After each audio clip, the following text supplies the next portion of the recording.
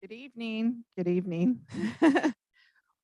We will be conducting tonight's meeting in person here in City Hall Council Chambers, as well as virtually on Zoom.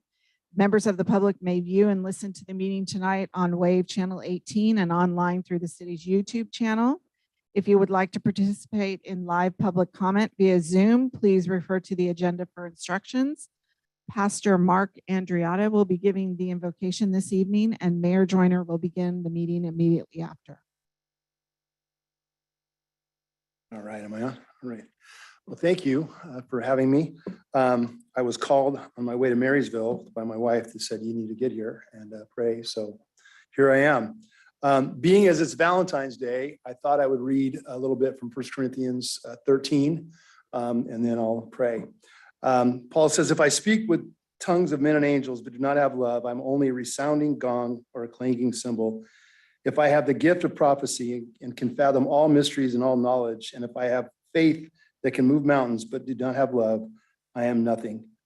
Father, I pray tonight, Lord, that as our council sits here and deliberates the business of the day, that they would just have that thought of love in their hearts, Father. Love for their community, love for God, all that they do in this, in trying to resolve conflicts, God, to bring about change, to bring about the necessary improvements to our city. And I ask that the spirit of love would just permeate this meeting. Lord, I thank you once again for your presence, and I pray a blessing on our council members tonight. In Jesus' name we pray. Amen. Thank you, Mr. Mayor.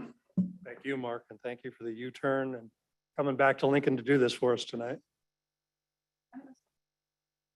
Oh, Well, you're the only one. the council is without microphones. There's a message in that. All right, we want to hold a few moments.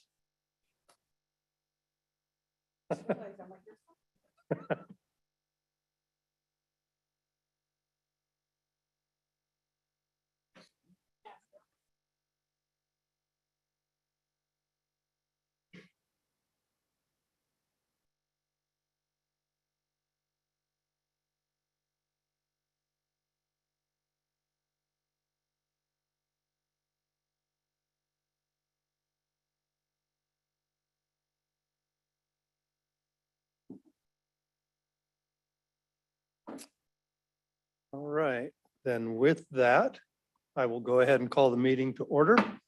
When roll call, please. Yes, Councilmember Andriotta, Here. Councilmember Brown, Here. Councilmember Carl Skint, Here. Councilmember Lauritsen, Here. and Mayor Joyner. Ben, you want to try that again? Make sure it's working. I didn't hear. Can you hear me now? There we go. All right. Kind of flashing. Connecting. All right, item 3, report from closed session. I don't believe we have, looking over here for you. I There don't believe is- we have anything to report out. There is no reportable action, Mayor. Thank you. Item 4, the Pledge of Allegiance. Tom and Derry, would you please lead us? Allegiance to the flag of the United States of America, to the republic which stands one nation under God, indivisible, with liberty and justice for all. Thank you, Tom. Agenda modifications. Staff, have any agenda modifications? Anyone from the council? Seeing none, we'll move on to presentations. We have none tonight. We move to public comment. This is a time for folks to speak on items not on our agenda tonight. I have a number of cards, so we'll go ahead and start with those.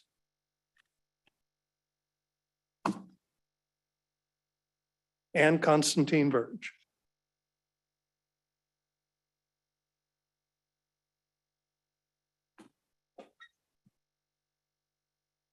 Thank you, Mayor, council members, staff. I really am part of that 97% of the good people. As the council knows, Lincoln Titan's missile site includes the 34-acre underground Titan missile facility and Crocker Knoll and Hidden Hills. When I first discussed the contamination issue and requested no homes be built until everything was cleaned up, I was pretty much ignored. Then I remembered anthropologist Margaret Mead said, never doubt that a small group of thoughtful, committed citizens can change the world. And indeed, it's the only thing that ever has. As evidenced by the News Messenger articles, letters to the editor, the Sun City Lincoln Hills blog, and meetings with contamination experts, builders, residents, Sun City Lincoln Hills officials, local, county, state, and federal elected officials, Lincoln residents are really energized. We're glad the City of Lincoln Council will demand Placer County immediately remove tons of lead and toxins. We're thankful for your support in demanding the U.S. Army Corps of Engineers immediately test for possible contamination outside the site and begin removal of TCE and other chemicals from the site's groundwater, leaking underground storage tanks, pipes, and fuel-soaked soil, possible forever chemicals, and the millions of gallons of lead and asbestos contaminated water in the massive underground facility.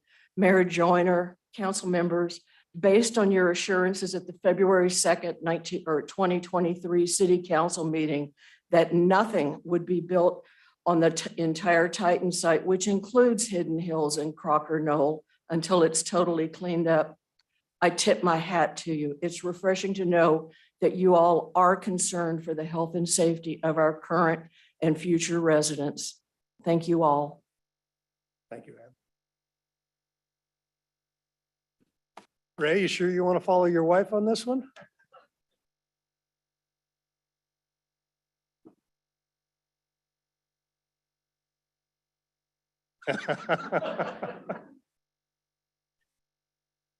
I just want to make a couple of comments, it's a little simpler than that.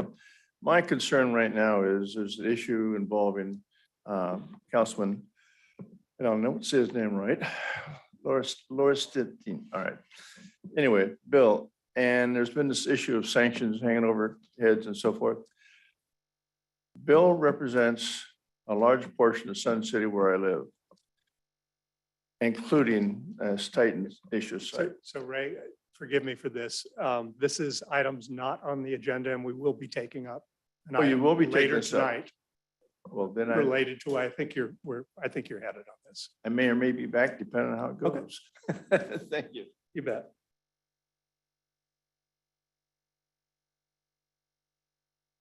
Don, how do you pronounce your last name? Beltry. Thank you.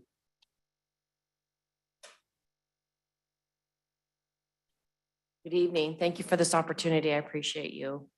I just wanted to share briefly in the 3 minutes that I have. I appreciate the 3 minutes, actually. I understand that things take time. I understand that things take money.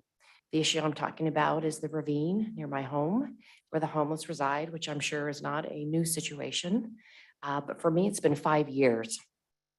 I moved here in 2017, and in 2018, I saw that there was some issues literally in my front yard.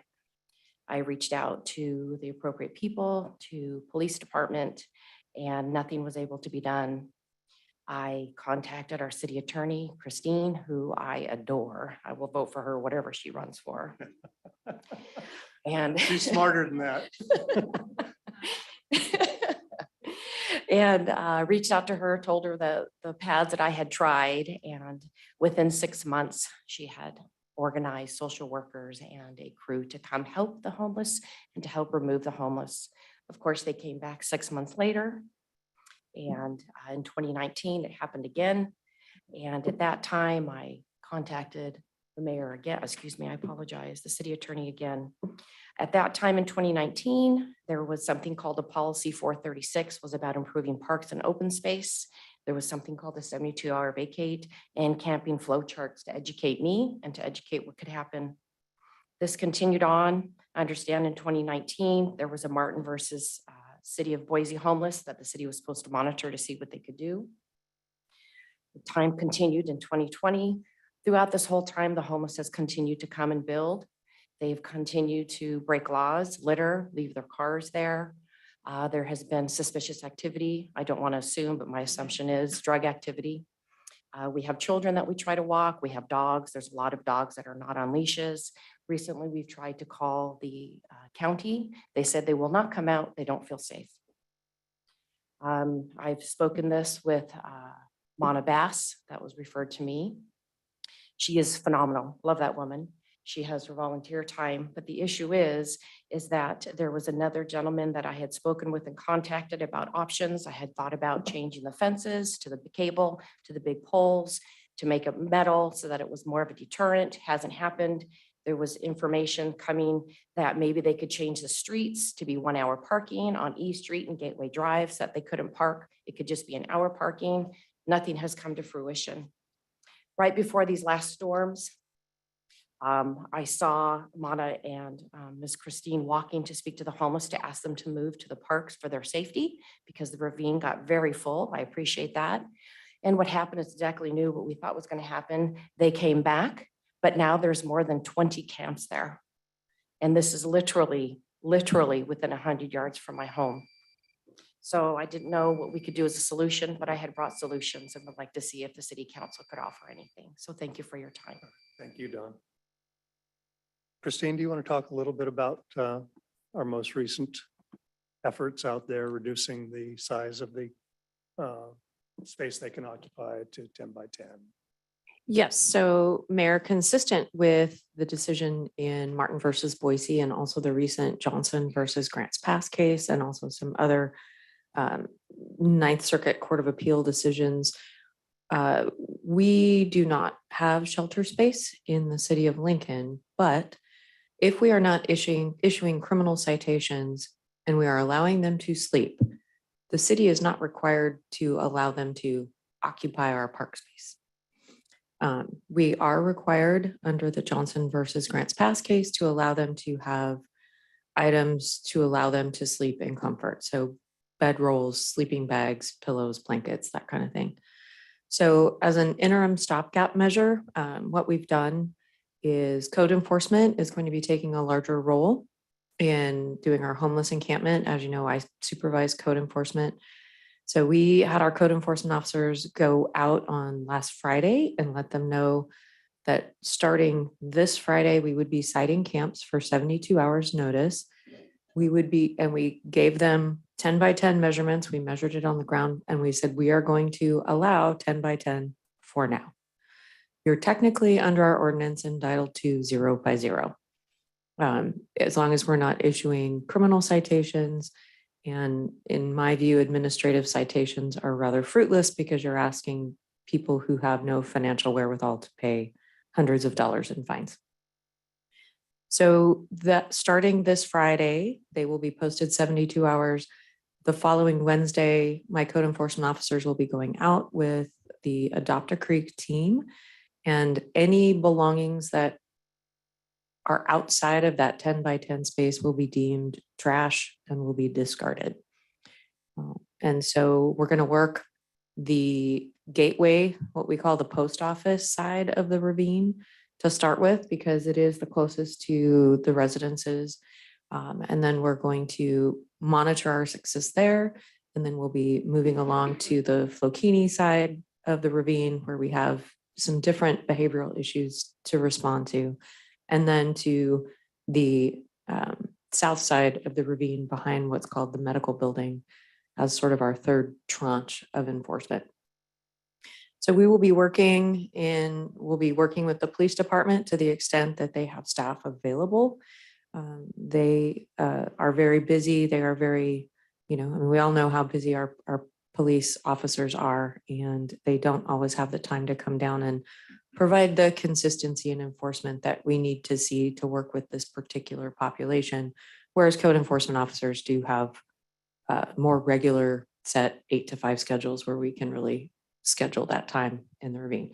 So that's sort of our next effort in trying at least to contain the size of these campsites and continue to work with our HHS personnel and probation. So you've actually gone out and marked 10 by 10 squares they could go to. So we've chosen the sites for them. No. They have not. We're not choosing sites for them. We're not doing a model like they're doing up at in Auburn. We're not going to do a fenced 10 by 10.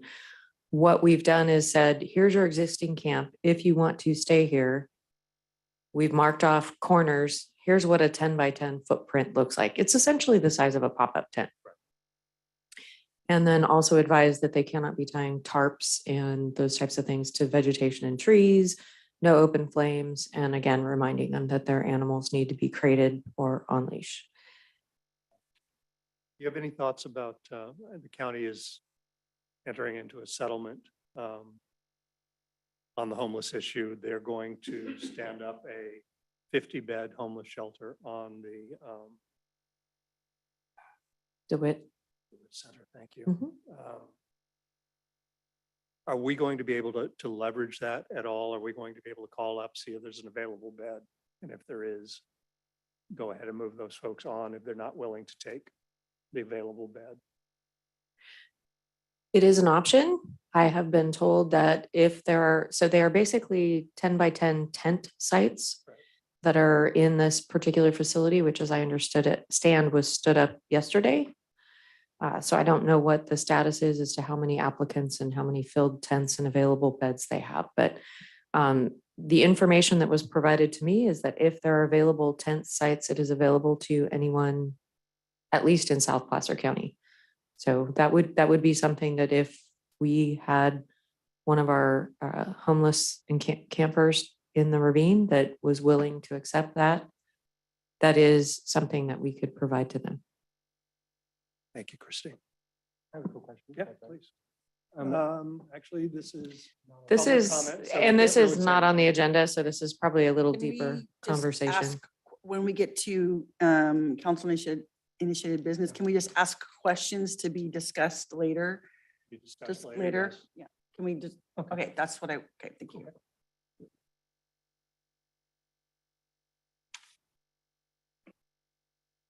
Fred Barnhart.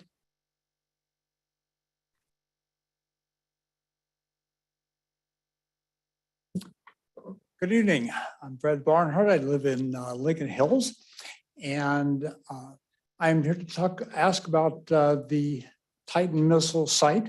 Speaking on, of course, this is a non-agenda item, which is why we're speaking about it now. And what I would really like to do is speak to it as an agenda item. And I would encourage the council to take this as an item and talk about it. I think that the environmental concerns around contamination and mentioned some of the issues. I think we're all familiar with the TCE plume moving at something like 11 feet per year towards Sun City is a concern. I think that I understand that the city can't actually do the cleanup that needs to be done by the federal government and the county. And I think it would be important for the council to move towards that. I would also like to thank Councilman Bill Larson for his leadership on this. I know he's brought it up several times in the past. I appreciate that. And I hope that the city council can move forward on the Titan I missile site. Thank you. So, Sean, I need to double check this. It's been said here multiple times that the plume is moving 11 feet a year. That is not the information that I've had ever. And that would be significant movement. And that's not the tracking that I was always given. Here's how I would put it. It's not on a train, so it doesn't run on a schedule. It depends on groundwater movement and a variety of other geological factors. And so, you know, if you go back and look at a lot of the GeoTracker data, like Ann and I were just discussing this today, some years you may see that it moves more or less, or it concentrates more in certain areas or less in others. So the overall takeaway from it is that it's something that needs to be monitored because it has moved in some concerning directions, but the pace at which it's doing so is really up to anybody's best guess because it's dependent on like a number of different factors. So I guess the quick answer to your question is no, I don't think it would be accurate to say that it is going to move 11 feet every single year. All right, thank you. Bert Mattson.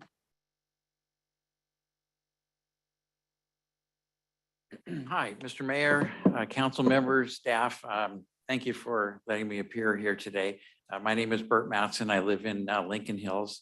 I'll join in the comments of Ann Burge and Fred Barnhart and congratulate the council for your statements at the last council meeting that the council is prepared to make sure there's no construction unless and until there's some knowledge about this site and hopefully some remediation. So I'm here to encourage the city to continue on the issue. I understand from Councilwoman Andriotta that the city's been actively involved in this for many years, and I understand that's true.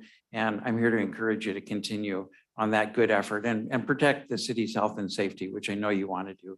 Thank you. That's the last card I have. Sean, did you want to expand upon, talk about this for just a moment? Sure thing. I attended a meeting, a gentleman named Lenny Spiegel was invited he has a lot of experience working on similar such sites, former mayor of Mountain View. He came out at the request of a number of folks from Sun City to kind of just give his opinion on TC contamination. And he gave a brief but really great sort of chat about his experience, some advice that he had. It was all pretty well detailed, I think, in some news articles.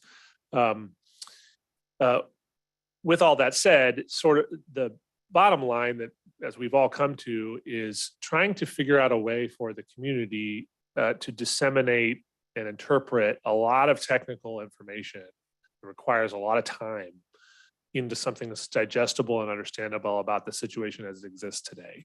So had a conversation with Kevin Kiley's office. I actually have a call tomorrow with the water board, a couple of staff members and myself, just to go through a couple of technical questions that we want to learn a little bit more about.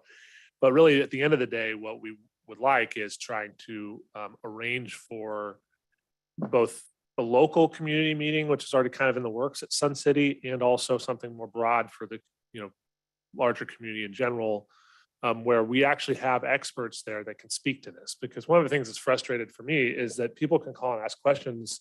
Many of our staff, we know a lot about municipal services, but environmental remediation is a whole thing unto itself. And so we'd really like to have experts in the room that can give opinions that are, hopefully from the water board, from the Army Corps, and any other appropriate agencies that can give us some of that direct feedback and, create essentially a forum where people can get their questions answered. Maybe that information is more scary than we know, and maybe it's not. We just don't know until they're here. So we're working on that. I think there is tentatively going to be something scheduled on the 8th in Sun City, but we're still working on that. And then sometime thereafter, we'd probably like to hold something here or in City Hall so that, people can come and ask questions and we can learn a little more. Thank you for that. I think that will, hang on just a second, Richard. I think that meeting that we're attempting to arrange will fill the void of the request to agendize it here. I think that's actually a better venue for that conversation. Richard? Mr. Mayor and Council, I really wasn't planning on saying anything today, but I saw that Tom Andreary was here, and I just have to take this opportunity to publicly embarrass him because before Tom came as chair of or CEO of the Chamber of Commerce, we had churned through quite a number of chamber presidents, and Tom came, he settled it down, but more than that, he's truly expanded it, and he's been so inclusive in working with the government, working with the businesses here. Many of us were at the Business Excellence Awards on Friday night at McBean. This was Tom's idea to put it on. It was fabulous. I think the best takeaway from that evening is just what a great community we have. I mean, we've got existing businesses that are just really working hard. We've got new businesses, emerging businesses. We've got nonprofit organizations, we've got service clubs, and we have individuals who truly have stepped up to help our community. And so I really just want to take this opportunity to thank Tom because he truly is a driving force within this community. So I'm sorry about that, Tom. But he's not that sorry, Tom. So, and I would say that the second best takeaway was all the extra smoked brisket that was left over that I got to take home and everybody else did. So I have no more cards for Citizens addressing the council. Is there anyone left? Yes, Mr. Chapman. And Gwen, do we have anyone online?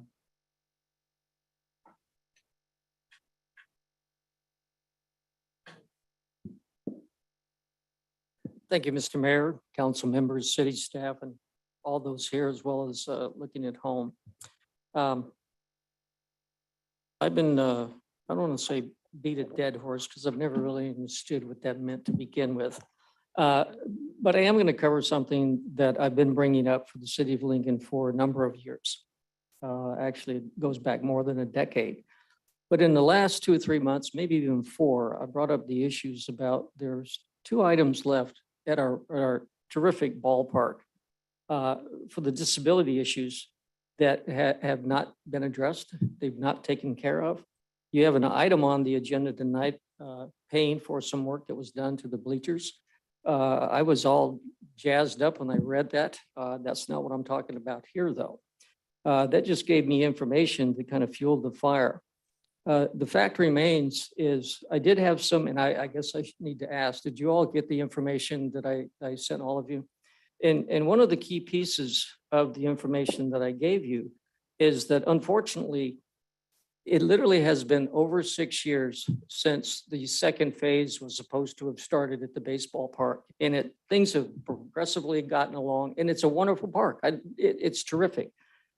But this one small flaw here that people seem to overlook, and after tonight, I'm pretty sure you won't, is that right now, the city has failed to make that park fully accessible for everyone. You've excluded that center of that park by telling people that have mobility issues, you can't come here. You can't. It's an easy fix. Nobody's ever asked me about it, but it's an easy fix. But I did send you a piece of paper that stated that under the Department of Justice, it specifically states if there's a landlord or tenant, and in this particular case, the city of Lincoln is the landlord, and the 2 tenants are Potter and William Jessup. And what you've done, the lack of city's involvement in making this happen, guess what? You've now put the 2 tenants right in the square center of this issue. Because you see, legal action can be taken against the tenants because based on this from the Department of Justice, it specifically states that the legal landlord and the tenants are equally responsible in order to figure that out. I think both of those organizations are wonderful. I do not want to go down the road I'm going to go down, which is they now, based on the city's lack of action, have now pulled them into the stream. And legal action will follow. It's just that simple. It's unfortunate we've come to that point. Thank you. Thank you, Mr. Chapman. So Christine, normally once legal action has been threatened, there is no further discussion. But I do want to give you an opportunity as a city attorney, if you wish, to address some of this, to go ahead and do that. May we close public comment? Is there anyone else wishing to speak on public comment tonight? Anyone online? All right, close public comment. I would simply comment, Mr. Chapman was very careful in his words that he is threatening litigation against the Potters and William Jessup University. There is a settlement agreement between Mr. Chapman and the city of Lincoln that still has, I think, 6 years on it, where he is not authorized to file lawsuits against the city for ADA violations. And I would simply add to that just a correction to the record that neither William Jessup nor the Potters are tenants. They are licensees. They do not hold exclusive rights to utilize those facilities. They have no obligations to make any repairs or perform any maintenance at the facility. So I have nothing further. Thank you, Christine. Appreciate it. With that, we'll go ahead and move on to the consent agenda. Any of my fellow council members have an item they wish to pull? Yes, Mayor. Item 8J, please. 8J. Anyone else? Seeing none, any member of the public requests the council to pull an item? Mr. Chapman.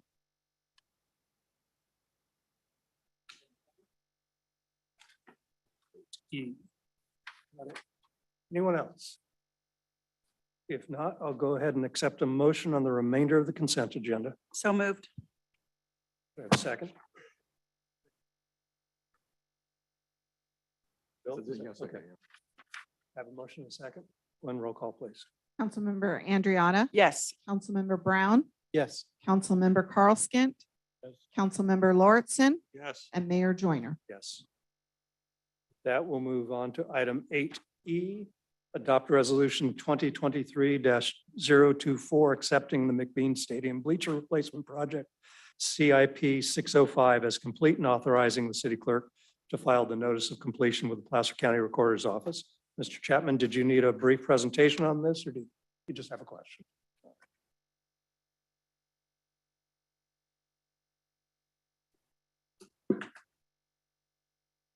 Again, thank you, Mr. Mayor, Byron Chapman, council members, city staff. The reason I wanted to bring this up is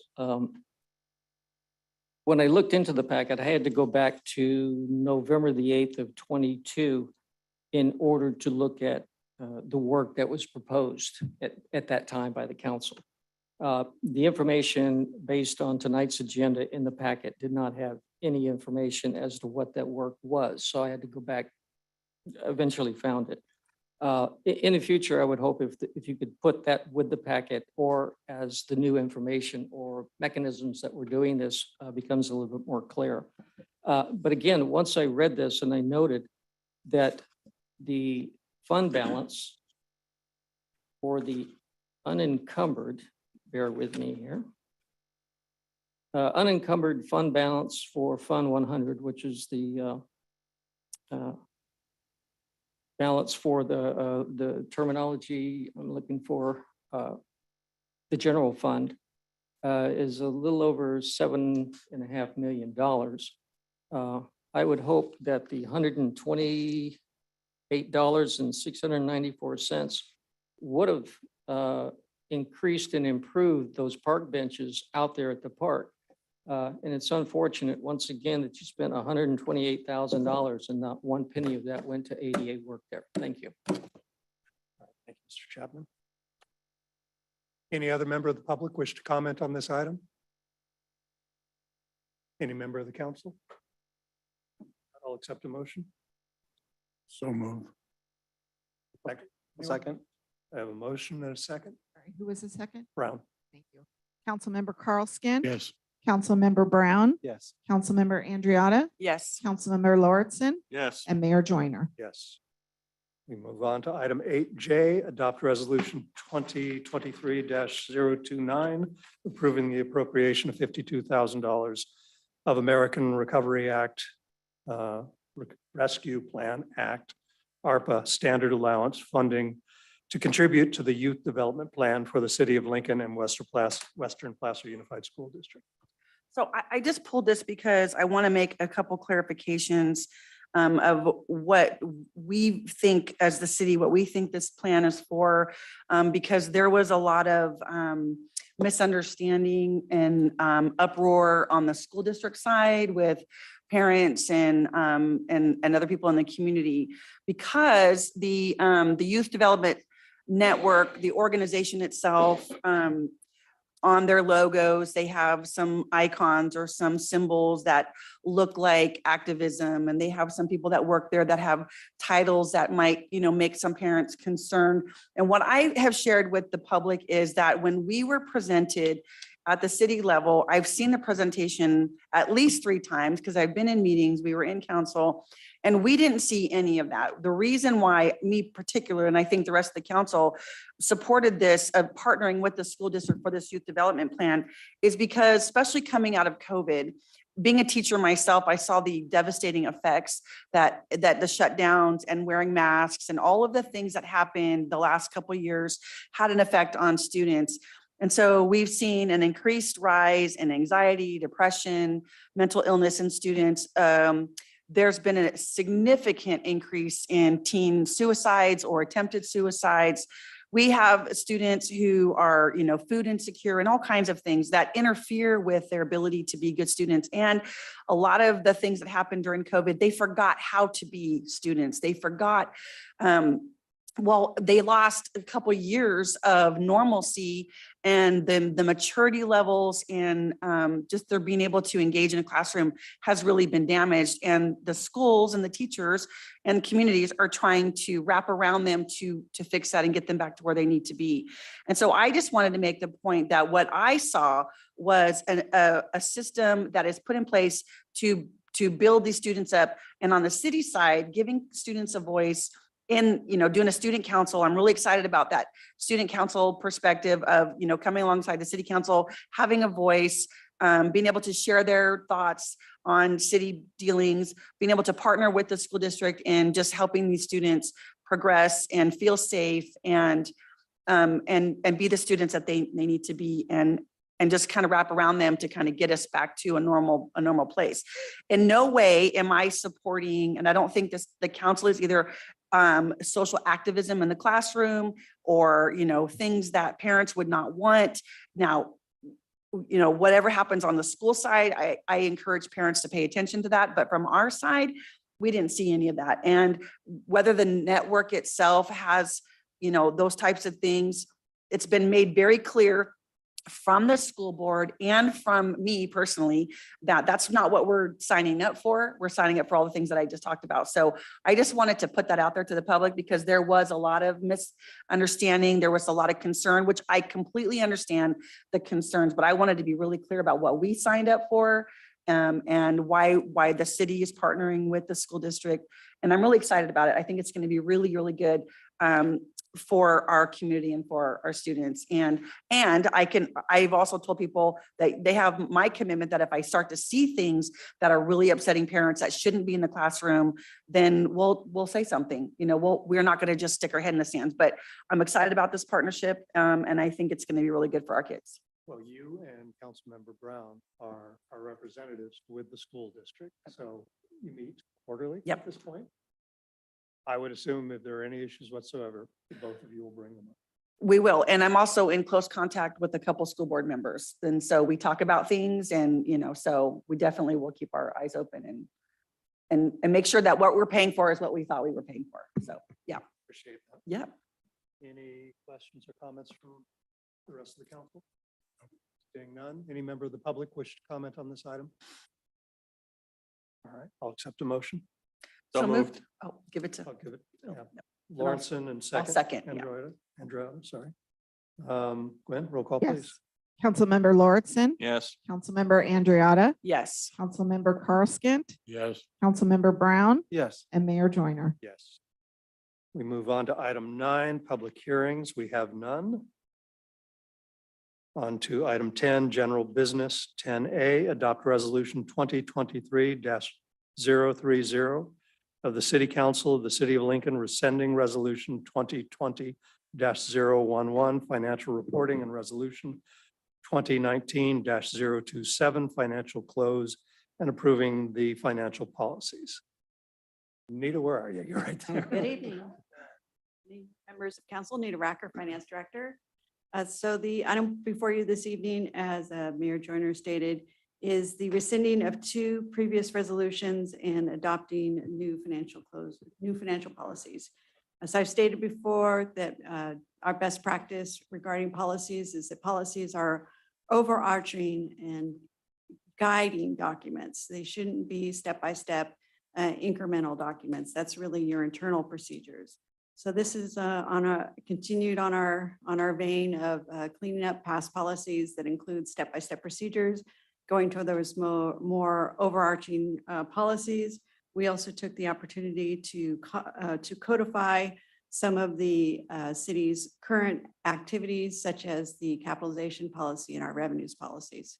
So we're just wrapping those up into a small financial policies document. We may bring this document back from time to time, expanding on it as we want to codify existing practices into overarching policies. But for now, looking for your approval to rescind the 2 old policies and bring forward this new one. Any questions from the council? Nope. Any members of the public wishing to comment on this item? Being none. So Nita, I really liked yours, just a very brief paragraph under findings. A very crisp, clean statement of policies and procedures. I'm just going to read it just because you rarely hear something so condensed and so on point. This council are policymakers. That's what we do. You have to implement those policies. And so that paragraph for the public is the purpose of a policy is to provide guidance and set parameters for decision-making. They should demonstrate the why behind the action. Procedures, on the other hand, explain the details of how and step-by-step instructions. Policies are adopted by council to provide a framework of the why. Internal step-by-step procedures follow the city manager and delegated department heads. If I were going to teach a very quick class on how this system works, that would be involved in it. That Welcome to is use that. really on point. So thank you for that. With that, I'll accept a motion on the item. I motion. I'll second. Second, Lawrence. Yes. Councilmember Brown, Yes. Councilmember Lauritsen, Yes. Councilmember Andriotta, Yes. Councilmember Carlskent, Yes. and Mayor Joyner. Yes. Thank you. Item 10B, adopt resolution 2022-031, approving an addendum to the Village 5 specific plan environmental impact report as amended by the partially recirculated environmental impact report, which clarifies the role of the Placer County Conservation Plan, PCCP, as mitigation for the potential impacts to special status species and their habitats resulting from build out of Village 5 specific plan area, and find that no subsequent or supplemental environmental review is required. Ms. Mollenkopf. Thank you, Mayor. So despite my very lengthy staff report, this is a relatively straightforward housekeeping matter. So the staff report, I really wanted to preserve for the record and also potentially for the court's review when we go back on a return to writ with the trial court here in Placer County. Really an articulation of what has been done relative to the EIR for Village 5. I joined the city in January of 2018, and I think had been here for less than 2 weeks when I got the lawsuit served on the office. So I've been working on it for quite some time. We have gone through trial. The trial court rendered several positions on failures in the EIR regarding habitat, remediation, transit. I think most of you were here when we actually decertified sections of the EIR. We did some homework, recirculated it, and then adopted a revised EIR. So the city did not appeal the decision of the trial court. I want that to be very clear. The Shibers had 23 claims in their petition for writ of mandate that they sent to the Placer County Court. The city prevailed on all but 3 claims. And so those were revised as part of the PREIR process. So what happened then is after the trial court issues its judgment, the Shibers did again, they appealed the judgment on 7 grounds, including challenging the issuance of the limited writ. In November of this last year, 2022, the Third Appellate District issued its opinion. So it took the trial court's decision with its appellate record, and then it took, or with the record that was underlying of the city's record, and then the appellate court took all of that plus the trial court's record and evaluated it. And based on that, it confirmed the underlying trial court decision. And then it made one additional finding against mitigation measure 3.4-2B, which is the alternative mitigation strategy to be implemented only if Placer County Conservation Program had not been adopted. And that was because of a lack of performance standards that they felt were articulated in that mitigation measure. So what's important to understand is that the court is limited as to what it can look at, right? So the PCCP was adopted 2 years ago, But the court wasn't allowed to consider that as part of the record because it wasn't part of the underlying trial court record or as a part of, obviously, the city's record.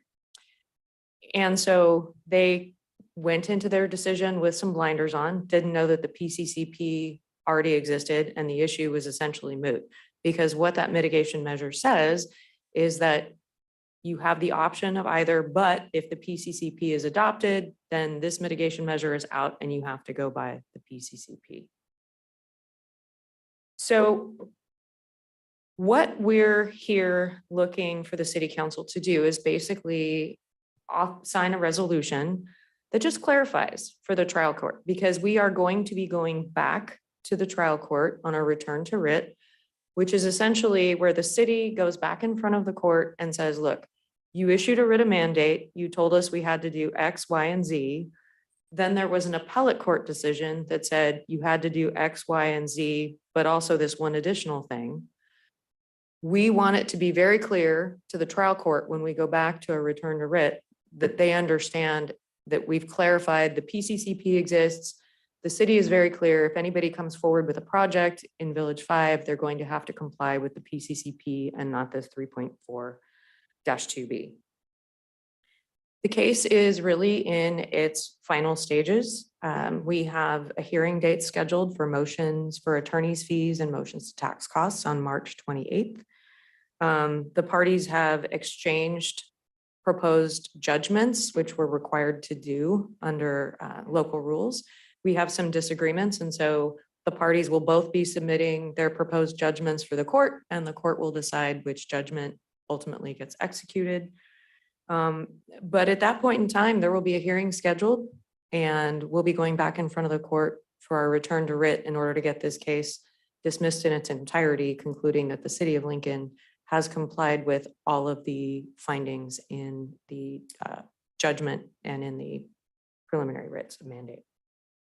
So that's really where we are. If you have any questions, I'd be happy to clarify. Again, it's a very lengthy staff report, but I wanted to make sure that the entire history was there for any members of the public who weren't familiar how long this had been going on and what the city had done in order to remedy the concerns with the EIR, and also to make sure that the record was clear for our court, and then also potentially for our LAFCO executives and commission that may be looking at this particular issue when annexation comes before them. I actually really appreciated all the information that was in the staff report. You're right, it was one of the lengthier ones I've ever seen, but I appreciated it very much. Any members of the council have questions or comments on this item? Member of the public wish to speak on this item? Albert?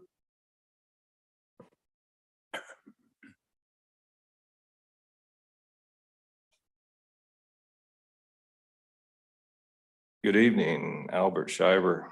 In keeping with the legal theme tonight with this meeting, I'd just like to be on record that our attorneys have sent you some comments of their own prior to this meeting earlier today, and just like to get that on the record. Thank you. Thank you, Albert. Anyone else?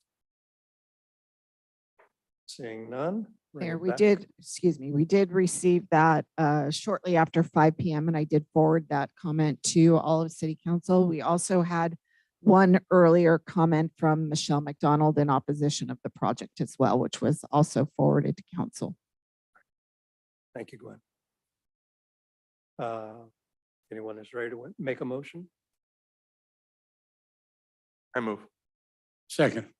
Motion a second. Gwen, roll call, please. Yes, Councilmember Lauritsen, Yes. Councilmember Carl Skint, Yes. Councilmember Andriotta, No. Councilmember Brown, Yes.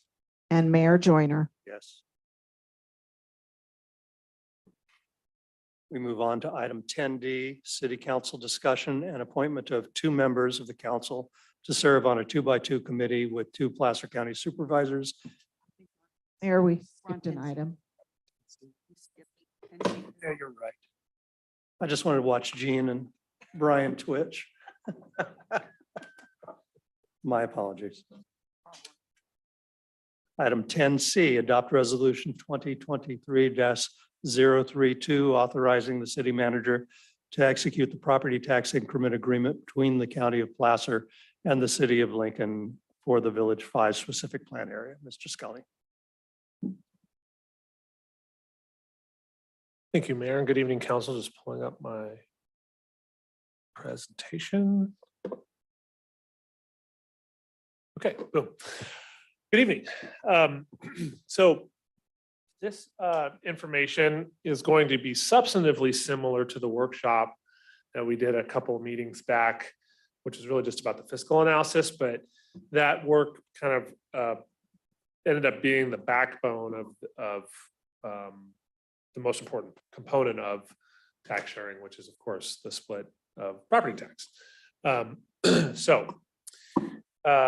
Real quickly, I'm going to run through what tax sharing is for those who don't know, key deal points, financial data, next steps and questions. And then there's a really important qualification that makes this a little different than a normal tax sharing agreement that I'm going to step through at the end.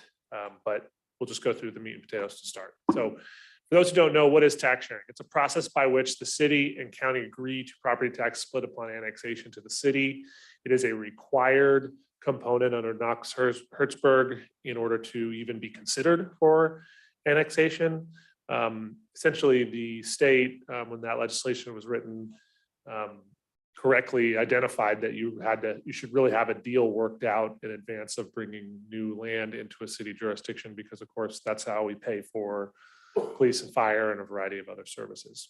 So the steps that we've taken through to work towards this have been a fiscal analysis, which takes the plan details, land use, estimated values, demographic data, budgets, and tax rate areas into account to come out with some recommendations of how that split looks.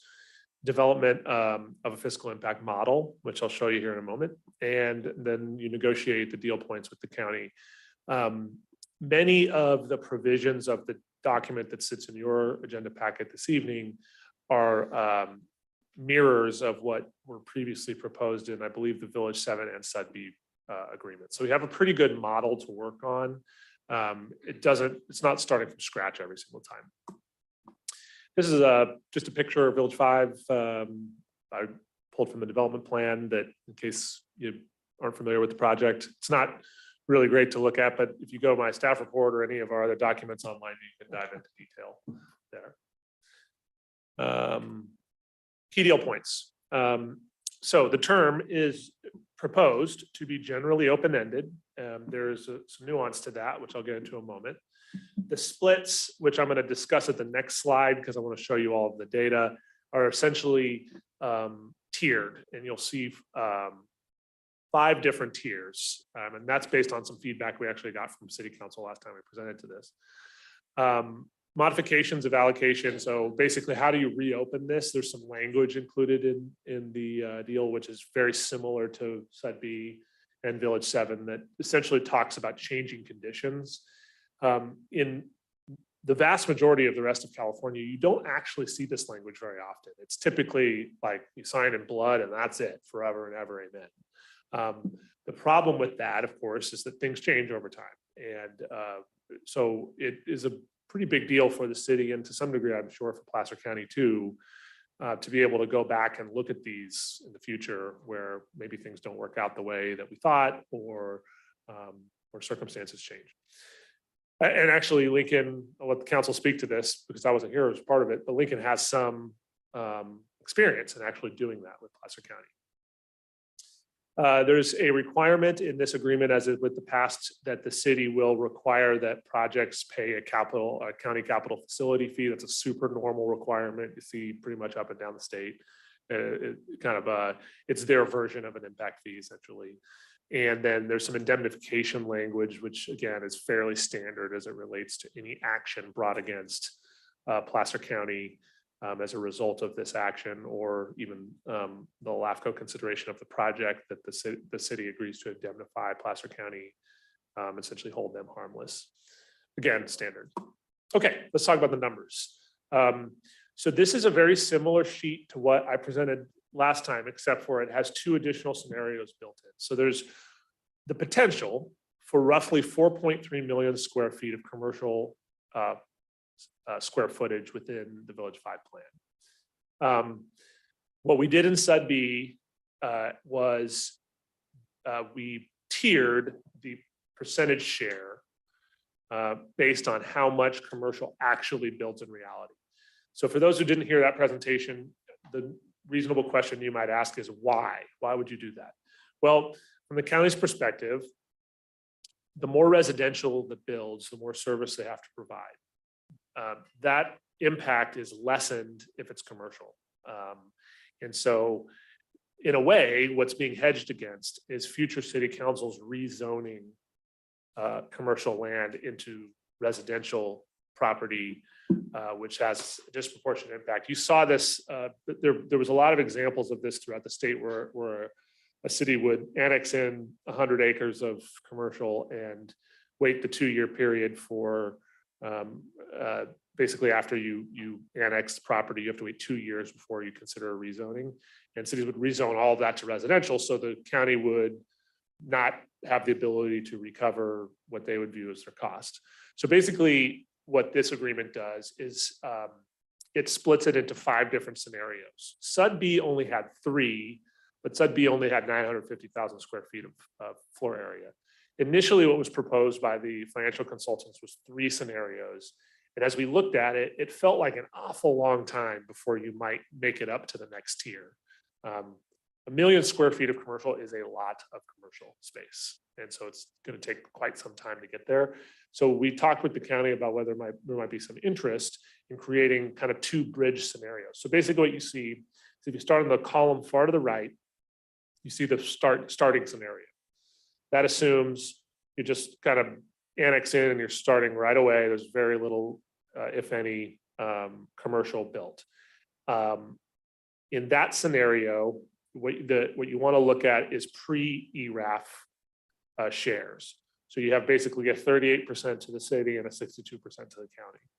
As you move forward after the first 1.2 million square feet are built, that percentage shift goes down by 2% by the county and up by 2% for the city. And that trend continues into scenario 3 at 2.2 million square feet. You're at 42 and 58. Scenario 2, 56 and 44, that's at 3.3 million square feet. And finally, the base case, which would be assuming full build out, it does exactly what has been designed to do, which of course rarely happens. You end up at a 45-55 split. So more importantly than getting wrapped up into the percentages, I think it's really important to understand that bottom column, that bottom row. The county has a policy that they don't approve tax sharing agreements that show any net negative fiscal position for them. We have certainly our own positions about whether or not that's reasonable, but nonetheless, that's what it is. So it's the game we have to work with. What you see at the bottom is something that would be generally very normal to see on any project that includes a large component of residential. And that is a yearly deficit that is identified in the parentheses that you see along the bottom there. So on the base case, if everything were to build out, the city, if taking nothing else into account, would basically lose roughly $200,000 per year, up to a total of 3.7 million. Now that's not loss, it's service that we'd have to provide that we wouldn't be recouping 100% cost recovery on. So how do we deal with that? Well, we do what we do in all of our other projects that are building currently. They go into a services CFD, which were established in 2018. There's 2 of them. There's one for public safety and there's one for citywide recreation and parks. And that number below that you see, the $17 per unit all the way up to $292 per unit, is a per year estimated CFD charge to make up those net deficits you see right above that. So to give you an idea about where does that fall in terms of other CFDs that we have, because we do individual fiscal analysis on each and every project. We have some that are as much as $400 a year and even higher than that. It really just sort of depends on location, density, and a variety of other factors. So in general, these are fairly low CFD numbers. And the reason for that is that there are so many units potentially to spread it across from.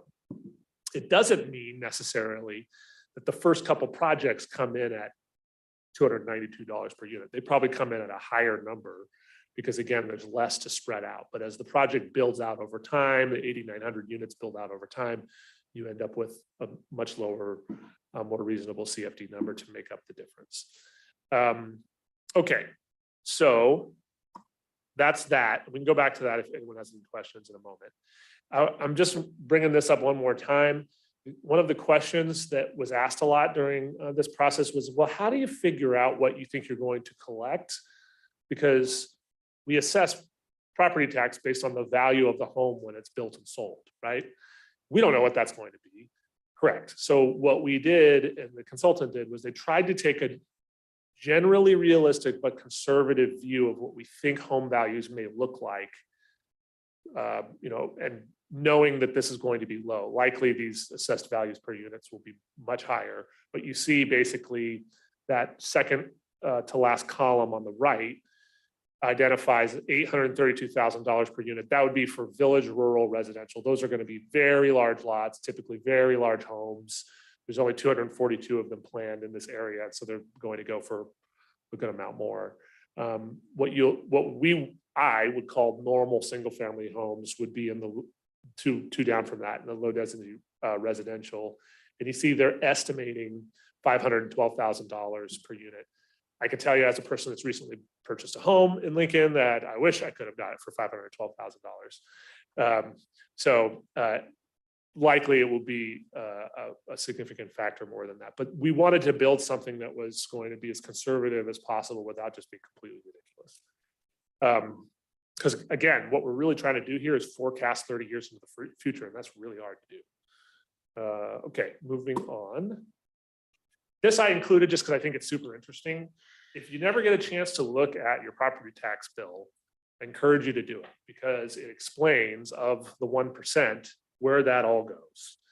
And you can see that of the amount that we actually are negotiating with the county, we're really only talking about 32% of 32 cents on every dollar is the best way to think about it.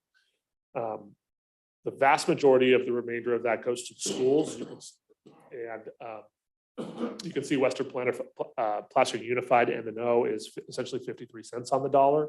And then you see some other splits that are for smaller taxing agencies in there. But essentially what we're talking about is that 32 cents on the dollar. I've tried to blow this up as best I could, but it's all located in the staff report if you'd like to read it in more detail. But this was one of the questions that's a good one to ask, is that a huge portion of potential revenue in Village 5 revolves around retail sales and sales tax. And so what the consultant attempted to do, and this is apparently standard practice, is to we can't estimate what we think we will pull in from other communities. So it's very difficult to do. We don't know what the tenants are yet. But we do have data on what people that live in a geographic area tend to spend in their geographic commercial areas. And so this total taxable sales number you see on the top that says $205 million, on a yearly basis is representative of what we think the immediate community might spend and this is assuming full build out. So you can see that there's some estimates if you go down to base and pooled sales tax of potentially $1.2 million to the general fund on a yearly basis in what we would collect. That again is conservative and low because we're not taking into account other folks from other areas. Could be Penryn, could be Yuba, could be Marysville, could be Roseville, could be Rockland. Just depends on who's shopping at those locations. Okay, here's a really important clarification. I have not yet received a full draft from Placer County of the proposed agreement. What is in front of you tonight is my essential blind build of what we have, at least at a staff level, generally agreed to in terms of property tax split. So that's the most important component. All the remainder of it is form agreement language that has been approved and chaptered in previous agreements. And so as far as I know today, there doesn't look to be any substantive changes to that. Now, when we receive what I'm asking for this evening, and it's detailed in your resolutions, is that if we receive back something from Placer County in advance of the board's consideration of it, that's substantively different from what's being presented to you this evening, this will be rescinded. We will re-agendize that item with whatever those changes are and have you vote on that instead. This, what we're attempting to try to do is keep the process rolling. And I can't control any other agency's process. It can only somewhat control Lincoln's. And so this is sort of our best shot at building something that we think is consistent with previous agreements. The things that Christine and I would generally view as substantive changes would be legalese that gives her heartburn, financial changes to the model or to the proposed splits, or anything else that would be in conflict with what we've done on previous projects. If the drafts align and they're just minor little clarifications, no worries. In fact, the map and legal description that you have in yours will probably shift a little bit. We will make sure that those are touched up and aligned, and then the agreement would move forward to the Placer County Board of Supervisors. And then eventually, once it's executed, it goes to LAFCO as sort of a final application requirement for them to move forward. And to be clear, LAFCO will not hear this item until a fully executed tax sharing agreement is done. I think that's it. Happy to answer any questions or go back over anything. So Sean, if you do have some minor adjustments that need to be made, you'll inform the council that those have been done. I will memo it, and I'll even go a step further at a future meeting. Since we now have city manager comments, I'll step through any of those, even if they're minor in nature. It's fine. Appreciate that. Questions from the council? Nope. Right. Wow. Who would have thunk it? I've got one. I've got two. One question, one observation. When you're talking about retail square footage, they're big numbers. What do you compare that to? And so I looked up real quick. The Galleria is 1.3 million square feet. So just as reference, when you're talking about 1 million square feet, that's the scale we're talking on. Not that we're ever going to get a Galleria, but that's the type of square footage. What I am concerned about is that Governor Newsom has signed SB 6 and AB 2011, which allows for residential development in commercially zoned areas without a zoning change. Are you worried about that as we move forward on this? A little bit. That would probably be what I would call, certainly if we saw those kinds of things truly be proposed as part of a project, I would call it changing condition where we need to reopen and sit down again and talk. Because look, if I was the county, I would say, well, that's a different impact. And to some degree it is. And from the city's perspective, what I would say is, yeah, but we also are making good on the commercial allowances, and we don't control Sacramento and their decision to change local land use policy. So I think that would probably be one of those situations where you'd want to reopen. Yeah, I agree.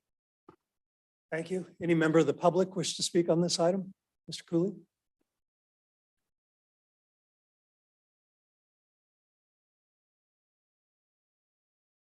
Could be. Okay, thank you. Mayor Joyner, members of the council.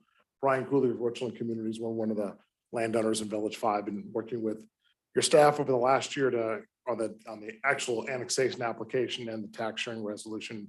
And just wanted to speak tonight briefly to thank staff, city manager specifically, for all their hard work in getting this staff report to you this evening, and really all the hard work over the last year, getting the application together and responding to LAFCO's questions and concerns. And just want to say that this is really a critical first step in the tax sharing issue overall between the county and the city, and getting the application to LAFCO and heard sometime over the next couple of months. It has been a long process. I just would remind you that I was talking to Gene earlier. Richland and the city started the Village 5 specific planning back in 2011. And, you know, we're here in 2023 and still talking about the annexation and planning and ultimately development in the future. And just wanted to pick up on a couple of comments too, is the ultimate build out of commercial in Village 5 is 4.9 million square feet. And you mentioned Galleria being in that 1 million square feet range. And, you know, it is really an exciting opportunity, I think, for the city to recoup those future sales tax dollars as that builds out over the decades, and really gives the city of Lincoln an opportunity to put their imprint on the development and the pace of development and what the development's going to look like over time. The other thing I just point out is the legislation you mentioned, AB 2011. A lot of that is, from what we understand, is targeted at a lot of urban built out infill communities where you have these large shopping centers built in the 1970s with acres of parking fields that have gone underutilized for a number of decades, and the opportunity to really bring in high density housing and really address the state's housing shortfall needs. And so I think in a greenfield area like Village 5, we're really going to see the plan area build out is laid out in the specific plan, land use plan. And I would just say that Richland's committed from the day number one, as long as we own the property, to build out the property as designated in your land use plan. So we don't have any plans of changing that around. So I would just ask for your support this evening. As I said, this is a critical next step in the annexation, and we really do appreciate the commitment of yourselves and staff over the last 12 months in getting us to this point. Thank you. Anyone else wishing to speak on this, Mr. Gary? Actually, I've got cards that I've probably been ignoring, haven't I? Mr. Mayor, members of the council, Tom Andrew, CEO of the Lincoln Area Chamber of Commerce. Well, first I wanted to thank Mayor Joyner for doing the installation of our board members last Friday night at our dinner, and thank you. And I want to congratulate Sean for getting his President's Award. I know he was kind of shocked at, when we read his name or had him come up on the stage. But now, Sean, you know, just I want the council to know, everyone here, you know, you've been amazing to work with, and it just really shows the progress that we're moving forward.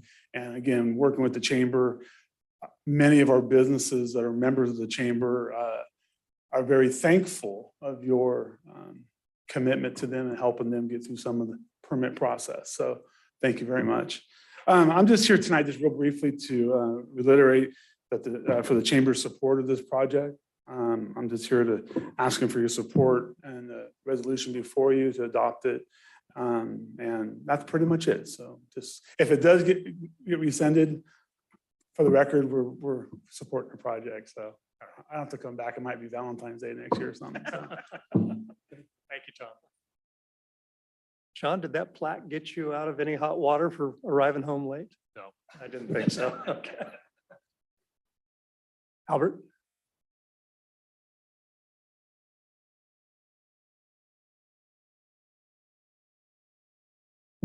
Good evening again, Albert Schreiber. So when Village 5 was shoved through 5 years ago or so, it was sold to a lot of the people that opposed it as the ag overlay was the best thing ever. Since sliced bread, you could continue doing ag forever. You could start doing ag if you weren't doing it. And that sounds really great. But what I find interesting in all these numbers that you always talk about when it's time to put the rubber to the road is you never talk about the ag overlay and how half of Village 5 may never develop. So then what happens to your numbers? Who's paying for the services then? How does that pencil out?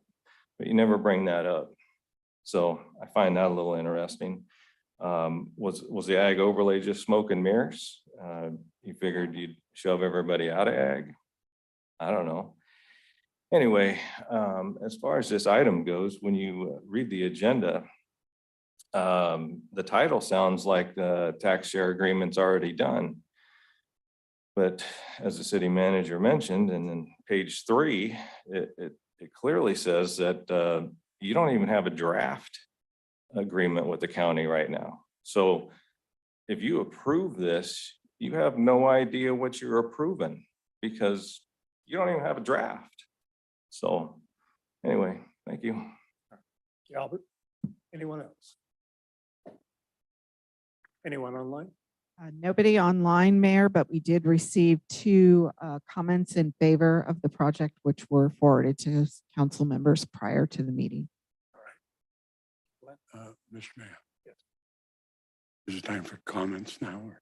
We can make it time for comments. Go ahead.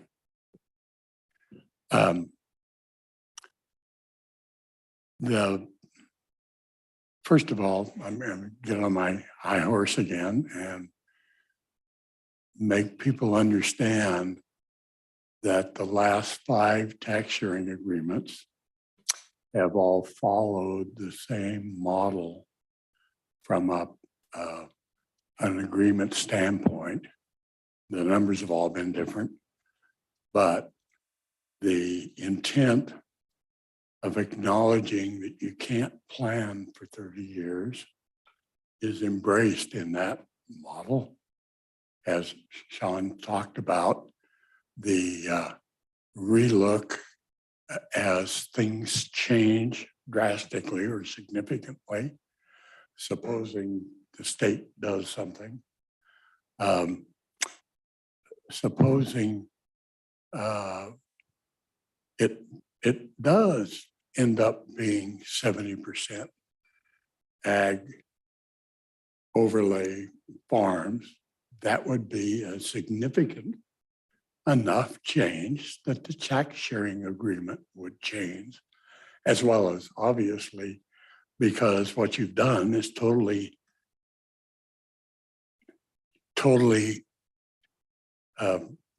thrown out any of the financial modeling, because you don't require the level of services for a farm that you do for a 4-story apartment building or a shopping center, whatever.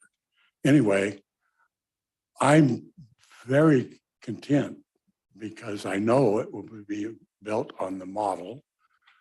I know that the modeling financially has been gone over and essentially agreed to by the staffs, both the city and the county. So I don't foresee any material change.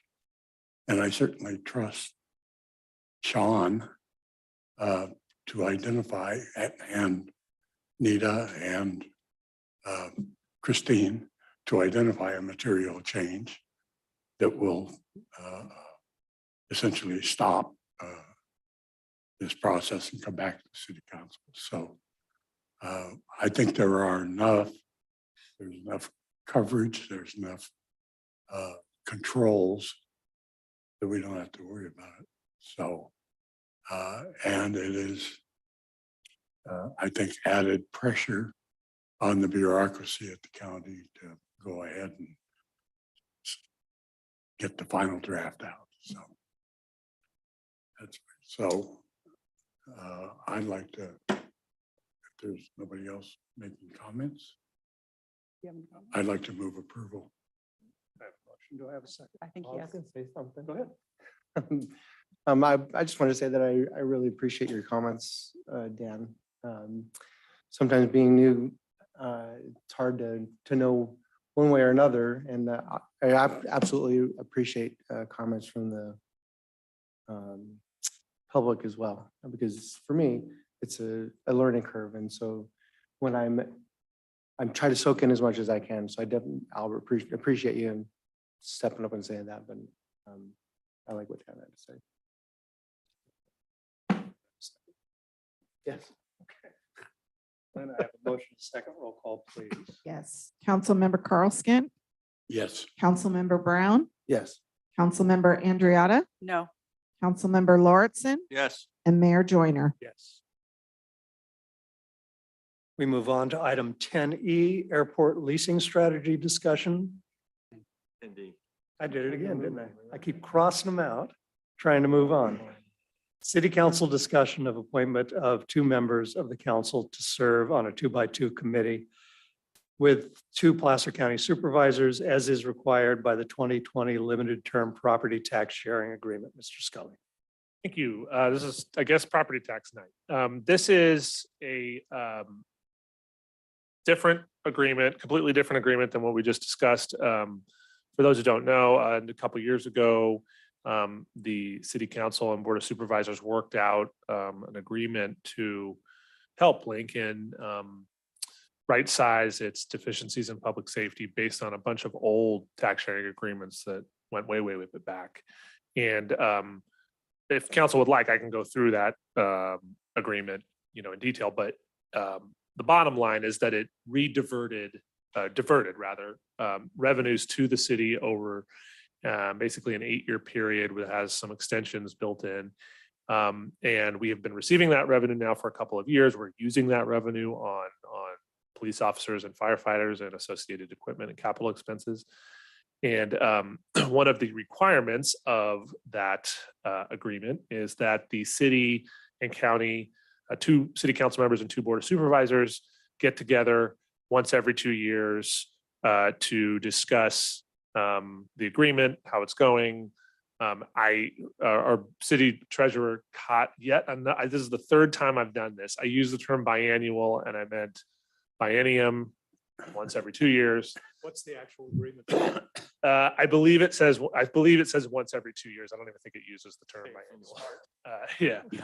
biannual. So to be very clear, not twice a year, once every 2 years, the 2 from each agency are supposed to get together with a couple of us staff folks and simply go through the progress that we've made with this additional revenue, how much we've received, how we've spent it. And we do send a yearly written report to the county. But this is kind of an opportunity for the electeds to get together and kind of discuss how it went and how it's going. Because there's some triggers in here that we need to discuss moving forward. Most importantly, the requirement that the city go forward with some type of sales tax initiative sometime soon. So I'm happy to answer any questions, but really we just need 2 members nominated and appointed. My understanding is the county has recently approved their 2 members. Excuse me, I just got an email on that. It's Supervisor Gore and Supervisor Landon. So as we move into this discussion, I'm going to recommend council members Carl Skint and Andriata take these roles. If there's any discussion, No, I would like that. Thank you. any members of the public wish to comment on this item? Being none, I'll accept a motion. I move approval of your recommendation. I have a second. Second. I'll second. Councilmember Andriotta. Yes. Councilmember Brown. Yes. Councilmember Carl Skint. Yes. Councilmember Lauritsen No. and Mayor Joyner. Yes. Now we move on to item 10E, airport leasing strategy discussion and direction. Mr. Scully. Thank you very much, Mayor. So as council is aware, last year, the city council approved our first new land lease at the airport in over 25 years to Adventure Flight. And I haven't spoken with Mr. Bibber recently, but I can tell you that I know he's been working on moving forward with that project. What we learned as a result of that kind of maiden voyage of leasing was that there was a significant interest in the community for more leasable space at the airport on all levels, not just from folks that are already at the airport, but folks that are out of state, folks that are local, folks that are large business, small business. There's been some speculation interest in it. It's been overwhelming, really, the response that we've received. And so what it's caused us to do is have to think a little bit more strategically and in a more organized way about how we take these leases and how we consider them.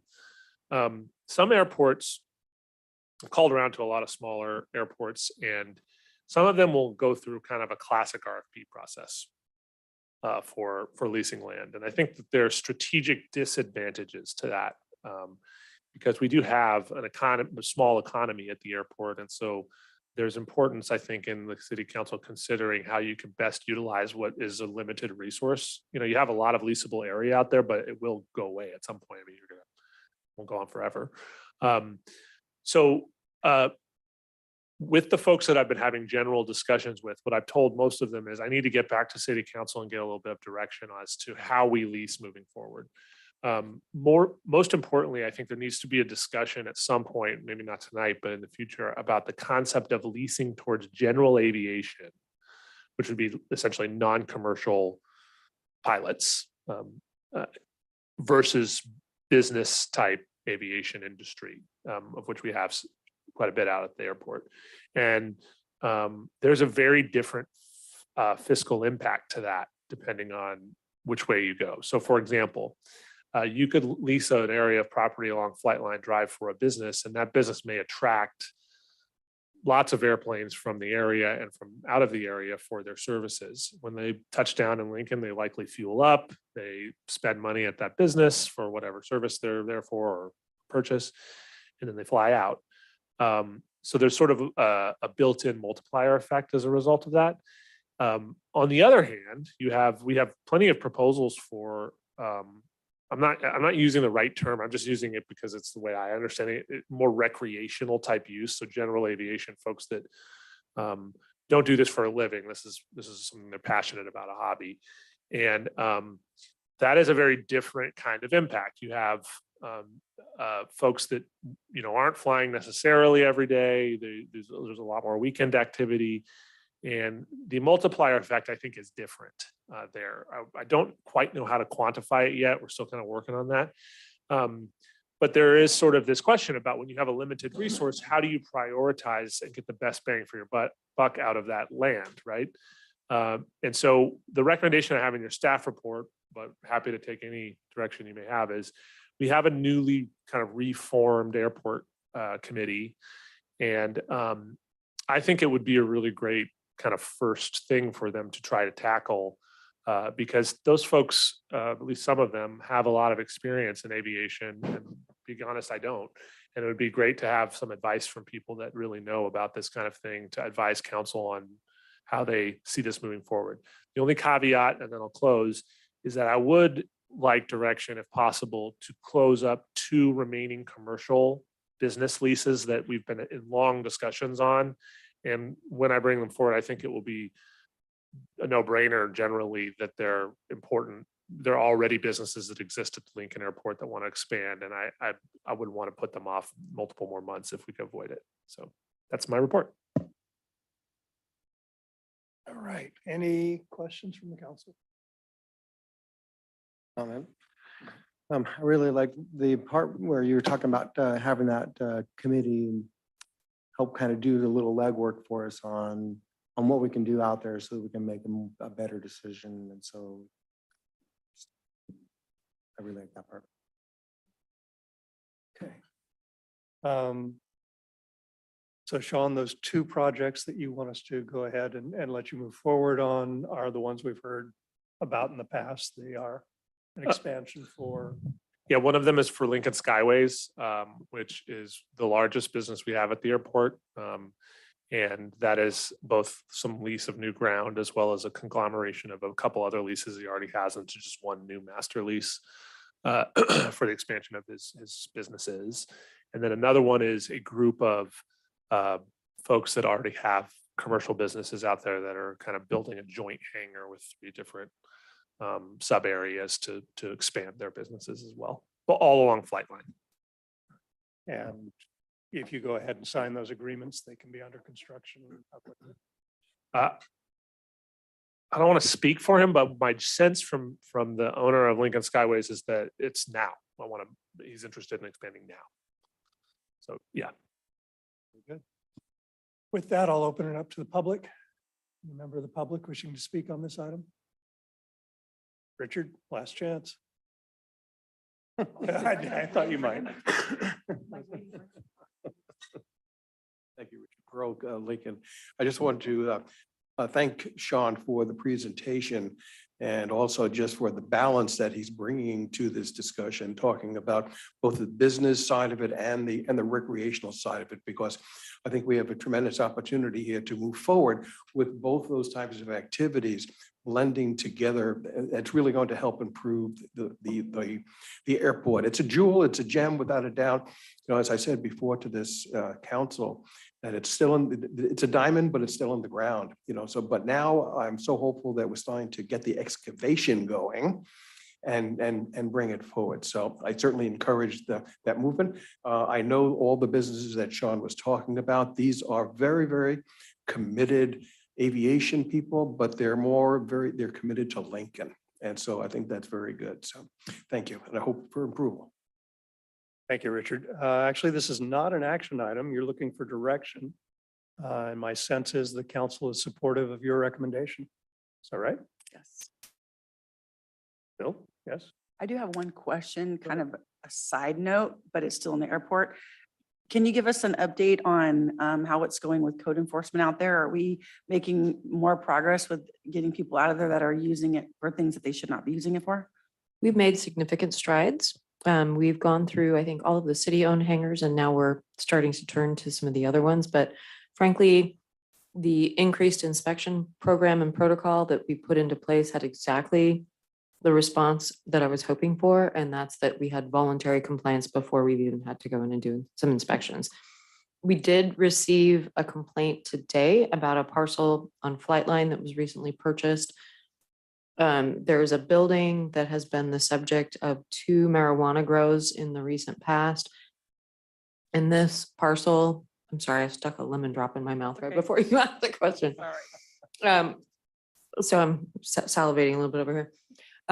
But they have moved in an RV that someone's living in. There is a very large container with ventilation, and we have some concerns about the activities that are going on there, but the case is open and we'll be working on it and cleaning that up now too. All right, thank you. Thank you, Kristen.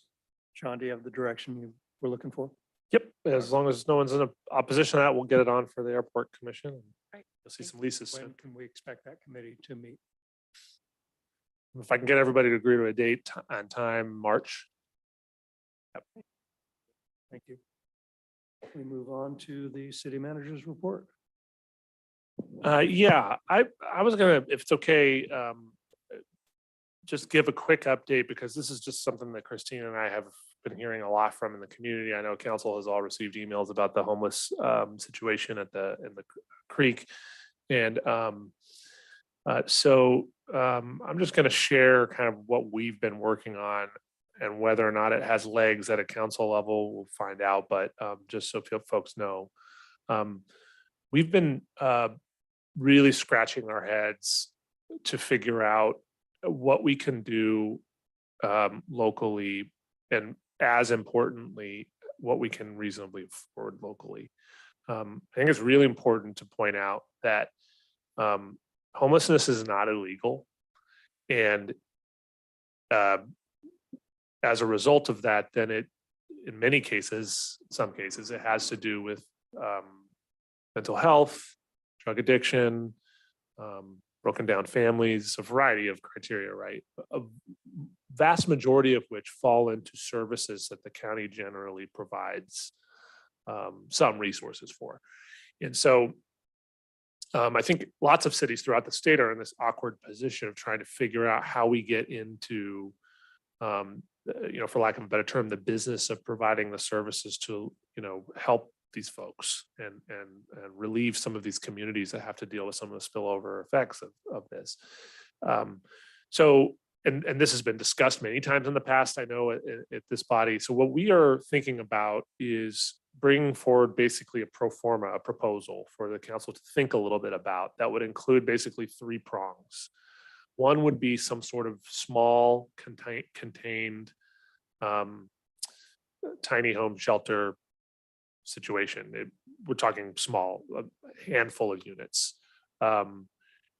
2 would be some type of agreement, or at least proposed agreement, with a service provider, because simply sheltering folks doesn't do anything unless you have the services associated to help them move on to the next step, which would be transitional and then permanent housing. So that's prong 2. Prong 3 is what Chief has presented here before, which is a problem-oriented policing team, POP for short terms. And that's a sworn unit of more than 2, ideally 3 or 4 officers who don't only deal with enforcement issues that we have as it relates to homeless, but they deal with really all kinds of quality of life problems or problems that aren't necessarily criminal in nature, but require maybe some sworn presence to help address. And one of the things that makes chief's job complicated is that, and a lot of folks don't get this, is that 90% of what his department does is simply answering calls for service. And so running down to the creek and walking through homeless encampments is complicated when you have phone calls from all over town with other types of emergencies. So if we want to make some change, we really have to change how we're providing that type of service. So those are the three prongs. We're working on what we think it would cost and how we might pay for it. But I'll be very honest before I'll call this, I guess, burying the lead. But the real question for the city council is that this is likely to be a very, very expensive proposition, and there is no guarantee it's successful. In fact, it's very possible it's not successful. So the question will really be, do we look at this model and try it, or do you give alternative direction for us to look into other solutions? And I know Mayor Joyner and Council Member Andriotta are part of the homeless task force, and there's been a lot of discussions at that level too. But we just figured that at a staff level, we could give you basically a small menu of things we could try, and here's what it would look like, cost, and make a decision from there. But I think the really important thing that we try to reinforce to the community is it just isn't an easy solution. Otherwise, we would have done it by now. Well, I think it's important too, without going too deep into this, note that it is the county that receives funding and that is responsible for addressing these issues. We don't receive any funding for that. So it would very likely have to come out of our general fund, which is what pays for police and fire. So my suspicion is that we are willing to have that conversation, have you bring back your three-pronged approach for discussion. So when you think appropriate, please do. And how we might, perhaps also how we might tap into resources from the county, revenue from the county to support the project. Sure. Yep. And just one other thing, I don't think that it's an either or proposition either. There certainly is a lot of funding out there that we could be aggressive and try to achieve. So I don't think it's got to be totally on Lincoln's dime, but we just want to give you the full suite of options. Appreciate it. Would it be appropriate to ask one question about policing? Chief, what is the protocol? I completely understand that you don't have the staffing right now to like run down to the creek all the time. But what I'm hearing a lot, or because of the rains and all that, people are moving up and a lot of the homeless are encroaching on people's private property, their yards, their fences, that sort of thing. And the response that I hear, I'm not sure I really believe it. So I want to know, do your officers go out and move people along if they're on someone's private property? What is the protocol for that?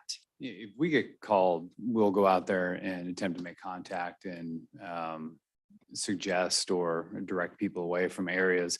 Oftentimes that's not all that easy because trespassing laws are still quite broad, and areas that aren't necessarily fenced off and not open to public access isn't necessarily trespassing. So it gets complicated when trying to convince individuals to move along when our legal authority is a bit shaky to begin with. Right. So it's all, we'll go out there, we'll make contact, and again, do our best to get cooperation. It's typically because the enforcement arm just isn't strong enough to affect any real change. Right. I totally get that. But if we're looking at somebody has a yard and a fence and a homeless person is in their yard, climbing over their fence, looking over their fence, Sure. Do you have the authority to like move them? Like not just suggest they move along, but like get them off. If someone feels threatened, Sure. you do have the authority to do that, right? Absolutely, absolutely. And yeah, we've had calls for service in the Gateway area for individuals behind fences, and people have gone to jail for things like that. So it's all case by case. Every case has different facts involved with it, and we're more than willing to enforce when we can. Okay, thank you. Don, anything else? Not unless I'm missing something I was supposed to report back on. I don't think I am. I think I'm current. All right. Very good. Then we move on to council initiated business. We have item 12A. Consideration of lifting censure restrictions imposed on Councilmember Lawrenson by Resolution 2022-113. Before we jump into this, I want to implore all of us to remain very professional in how we address this and not let it go personal in any way. This is going to be a difficult conversation. So Mayor, excuse me, what was just passed out was at the request of Mayor Pro Tem Carlskin, asked staff to distribute a draft resolution. okay. All right, we'll hold on to that. Mr. Lawrenson, you requested that this be agendized. Why don't you go ahead and start us off? Okay, I'm requesting that the resolution 2022-113 be revoked. It is not fair to me. It is not fair to my constituents. And I feel that it was done in retaliation. And I could tell you exactly what the retaliation was about. Okay. You asked me to support you as supervisor. I deferred and I got harassed by certain members of the city council down at the gate. And I feel that Matthew Oliver was used as a weapon against me. Okay, Paul? And that's it. That's my whole thing. All right. Any discussion on this item? Yes. You want to go first? I'd like to offer this resolution as the starting point for discussions or acceptance of the resolution. I guess I'll go ahead and read it so the audience knows. It doesn't have a number yet, but resolution of censure for Council Member William Lawrenson. Whereas on May 10th, 2022, the City of Lincoln Council disavowed the unprofessional and inappropriate conduct of Councilman William Lawrenson by imposing the discipline of censure as set forth in Resolution 22-113. And whereas Councilman Lawrenson has failed to apologize or express remorse for the conduct that gave rise to a censure. And whereas Councilman Lawrenson has continued to engage in ad hominem attacks of his fellow council members, escalating the unprofessionalism and animosity during council meetings and in public forums. And whereas notice of this action has been given to Councilman Lawrenson as he was a member who requested consideration of the repeal of his censure, be placed on the agenda. Now therefore resolve the following recitals are true and correct and incorporated herein by reference. Section 2. Councilman Lawrenson's conduct as described herein and in Resolution 2022-113 is disavowed by this council, and the reprimand and discipline of censure is reaffirmed. Section 3, because Councilmember Lawrenson has demonstrated his inability to honorably and professionally carry out his duty when representing the city and his colleagues, removal from all city and regional committees and commissions is reaffirmed for the balance of his term in office. Section 4, because it is readily apparent that Councilman Lawrenson needs comprehensive professional training and coaching, the discipline set forth in Section 4 of Resolution 2022-113 is hereby lifted. The city is authorized to pay the expense for training and the appropriate conferences as requested by Councilman Lawrenson and approved by the mayor.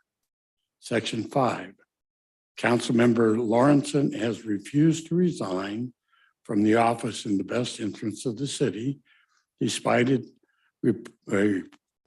repeat requests from his colleagues to do so. Therefore, Section 5 of Resolution 2022 and 113 is withdrawn. The two sections that are lifted or withdrawn were that the city would not pay for any attendance by Mr. Lawrenson at training and conferences and so on. I felt that that's a disservice to the city and that he should, and a disservice to council. That should be lifted and he should be able to do that. And then it was, Section 5 was our request for him to resign. Obviously, that's not going to happen. So there's no sense in having that in this resolution. So that's a starting place. So not having that in this resolution, but we're not changing we're not going to remove stuff from the previous. No, Correct. this Okay. rescinds Gotcha. portions of it. Christine, is this something we can act on tonight, or would we have to carry this over to the next meeting? The resolution that Dan has offered. Because it's a resolution, Dan can make an oral motion. Okay. It's not an ordinance that requires, So we The could take notice and- action on this tonight if we so choose. correct. Yeah, I could have done the whole thing verbally, but Councilmember Andrea? Yes, thank you, Mayor. I do have a few thoughts here. Since the Matthew Oliver incident, Councilmember Lordson has continued, as Mayor Pro Tem Carlos just read, refused to apologize and continues to assert that he did nothing wrong. Since the censure, he has put the city at risk multiple times, and I'm going to list a few things here. He attempted to turn the rest of the council into the FPPC for campaign violations. His claims didn't go anywhere because there was no wrongdoings, but his attempts undermined the business of the council. He has written several articles for the News Messenger, which is fine. You can write articles, but many of the articles or much of the information was either completely false, incomplete, misleading, or borderline libelous. In these articles, he called us a culture of corruption, which goes to my point when this all first happened, that we have been working really hard to gain trust with the community, transparency, and that does a lot of damage to the city, to the residents, and to the council. Councilmember Lordson is not interested in working with us to govern the city. He's only interested in himself and getting revenge by casting aspersions and making false claims of retribution on the council and the city staff. And still no personal accountability in any of this. Also, in his articles, he projected his opinion on a very important matter before it came to the council. This was on the Joint Powers Authority of the wastewater treatment plant. This was a clear Brown Act violation, among other ethical violations, which he put the city at risk again. Councilmember Lordson has continued to have outbursts and engage in name calling. He has been harassing me personally for months in public, in the paper, in closed session, in Rotary meetings. And furthermore, it's clear to me that he treats women, past and present, on the council different than the men on the council. The whole council censured Councilman Lordson, not just me, but he has concocted in his head that myself and Councilmember Silhai set him up, and he's said that multiple times in public, and that we are at fault for his bad behavior. And now tonight, he's saying that it's Mayor Joyner's fault. He's called us filthy names and made threatening remarks towards us. He has directed his venom at me specifically, as I mentioned before, but he does not take the same approach with the gentleman on the council. We are all required to take harassment and ethics training, and we are all required to abide by those ethics. And so far, Councilmember Lordson has not. So I'm in agreement with Mayor Pro Tem Carlson. I'm fine with, and I will agree to allowing him to attend League of California Cities training or other conferences that we deem appropriate for him to go to. I'm fine with that because he needs it if he'll pay attention to it. And I have one last comment I know that we have heard, and we were hearing tonight, and we've heard from other people in his district that they want him to be able to represent them. And I agree. I want him to be a good representation for his district.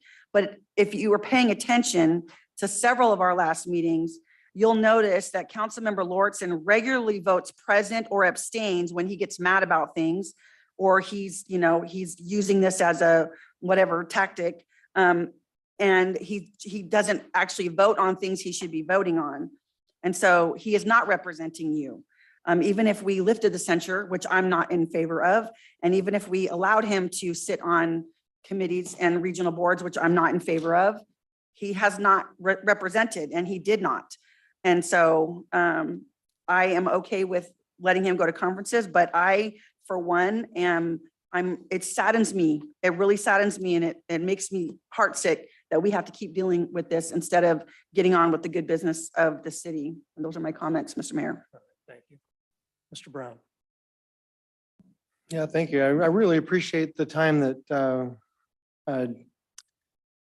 Dan put to put this together. And I really appreciate Bill's comments as well. And Holly's comments. Being that I haven't been a part of everything that's gone on and recognize that there's a higher professional conduct that is required of those that are in elected positions.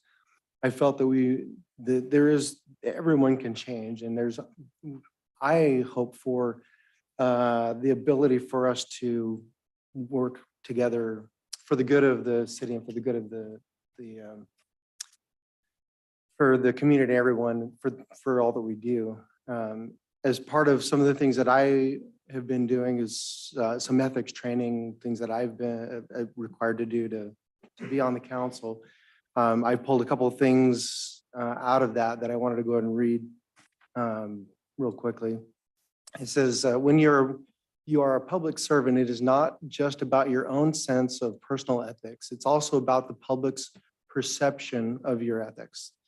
The public's trust in you turns on whether they perceive your actions and decisions as promoting the public's interests as opposed to your own personal or political interests. Therefore, a person who acts with ethical considerations in mind will often go well beyond the law's minimum requirements. Fairness, loyalty, compassion, trustworthiness, responsibility, and respect. What do these values mean in the context of being a public servant? And what does it mean for a public servant official or public official to be trustworthy? Remember that your role is first and foremost to serve the community. Be truthful with your fellow elected officials, the public, and others, even when it involves speaking hard or unwelcome truths. Avoid any actions that would cause the public to question whether your decisions are based on personal interests instead of the public's interests. Do not accept gifts or other special considerations. Do not knowingly use false or inaccurate information. Do not use your public position for personal gain. Carefully consider any promises that you make, including campaign promises, and then keep them. What does it mean for a public official to be responsible? Here are a couple of thoughts. Take responsibility for your own actions, even when it is uncomfortable to do so. And how does the ethical value of respect affect a public official's actions? Treat fellow officials, staff, and public with courtesy, even when you disagree with them. Focus on the merits in discussions, not personality traits or other issues that might distract you from focusing on what is best for the community. Search for value from diverse opinions and build consensus. Follow through on commitments, keep others informed, and make timely responses. Be approachable and open-minded. Listen carefully and ask questions that add value to the discussions. Involve all appropriate stakeholders in meetings affecting agency. The importance of public perception. The interesting and somewhat unique aspect of public service ethics is that it is not exclusively an introspective process. A public official can be absolutely confident that he or she is able to put personal interests or relationships aside, but the public may question whether indeed that is so. Public perception therefore matters a great deal in one's analysis of what the right thing to do is in public service. This is because as public servants, public officials are stewards of public's trust in the public's governing institutions. In short, public service ethics is not only about doing the right thing, but also about the public's confidence that indeed the right thing has been done. Public servants must maintain a high standard of ethical conduct that promotes public confidence that the public officials' actions are motivated solely by the public's interest. The only thing that I would add to this resolution is that we revisit, give a timeline in revisiting the actions from here moving forward, whether the actions are taking some classes that the city pays for so that we can all be in line with ethical behavior for one another and for the cities and the public's best interest. So whether that be a 3-month or a 6-month timeline to be able to revisit this resolution to see how Bill is doing and if there can be anything that's lifted or any other consideration based on conduct and correction measures. Councilmember Brown. I think at this time, I'll say this, my colleagues have covered the ground that I think largely needed to be covered. I am going to go to the public here in a moment. And thank you for reading that, Ben. We're all going through our harassment training and ethics training over the last few months, which was a useful refresher this time out. I think what I would add to the comments is this. As council members, elected members, we take some heat. That's expected, right? What is equally true, however, is that for all of these folks sitting here, this is their workplace. And these aggressions and outbursts in their workplace makes them feel unsafe and as though their workplace is not a desirable place to be. That puts the operations of this city at risk, potentially causes these folks who we desperately need to help us do our business to reconsider their employment with the city. That concerns me a great deal. That cannot continue. With that, I'm going to go ahead and open it up to the public. I've got several cards here. And please know, this is not easy for any of us here. This is a tough conversation to have. And Constantine Burge.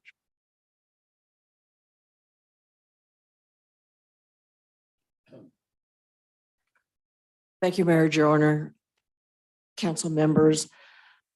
I've worked with Bill now since, I believe, late October, early November of last year on the Titan missile site. He's been beyond gracious with us. I know that there have been issues, and I hope that you all will take into consideration what Councilmember Brown said about setting a time limit for what you all will put on him with this censure. I think it's probably a done deal, but you can't just leave it open-ended for anyone. It's got to have a time frame and talking, more training, I guess.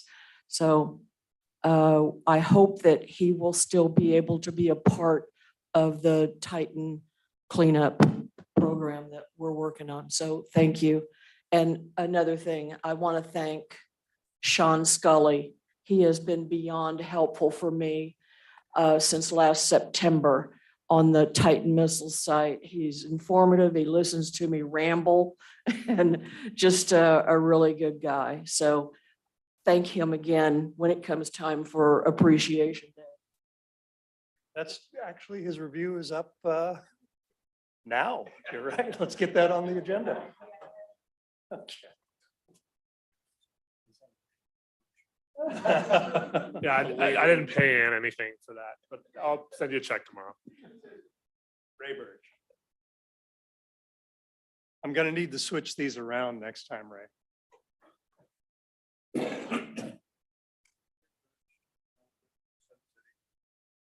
I came here because of my wife's agenda, the things that she's been working on, and Bill has been a tremendous help to us working on stuff. But I really want to thank you, Ben, for your comments. I spent 25 years licensed by the state of California in training ethics to government officials, so it kind of struck a chord close to home. So let me say this. Number one, I like everything you said. I really like your approach because it wasn't finger pointing directly. It had more to do with really what it's all about. And the time frame thing was terrific. The other thing I want to comment on is, and this is a little difficult for me too. Since I've been working with this council, said come and so forth, I'm really starting to get a sense that the city's pretty good hands. But tonight I saw something I didn't like at all. This conversation up here, I'm just going to suggest you all go home and look in the mirror. I think there's more finger pointing and comments made, inappropriate comments outside of these chambers that I've heard. And maybe all of you share just a little bit in this issue dealing with Bill. I don't have all the information all particular, and I'm not going to work with it, but that's my sense. If I was doing a team building with this group, we would do a lot of exploring in those categories. So I hope you can guess and make up, because we need you guys to do the job that you were elected to do. So thank you very much for your efforts.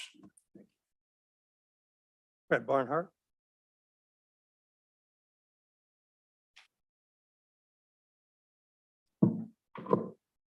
Mayor Joyner, members of the council, when this council took the motion to censure Bill Larson last year, I spoke, and it seemed to me at that time that the response that Bill had to being ambushed by Matthew Oliver was an issue, but that the response of censure was too much. Nonetheless, here we are. And at that time, I distinctly remember that there was no time frame on this, that it was going to be revisited by the council at some time in the future. I guess today is that future. And I would, I think that I still think that the censure is not in proportion to what the response was on that evening. I am a constituent. I live in Bill's district. And I think that although been mentioned that maybe I'm not well represented, actually I feel like I'm represented as well as can be. That I think that Bill over the last since the censure has been unable to really participate fully as the rest of the council members have. Obviously, he can vote and he participates in meetings, but I think that there's a lot, as you'd all know, that happens behind the scenes. This is not just what happens here at city council meetings. A lot goes on in other commissions, groups, and so on. And I think that we are deprived of Bill's expertise and participation when he is not allowed to be in those. So I would urge you to reconsider and to reinstitute Bill as a full member of the council and allow him to continue to represent people like me. One of the things you mentioned was the confidence of the constituents and how important public perception is.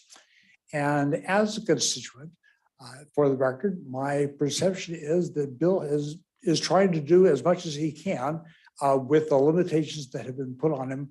And I, for one, appreciate that. And I hope that you will allow him to be a full city council member. Thank you. Bert Mattson.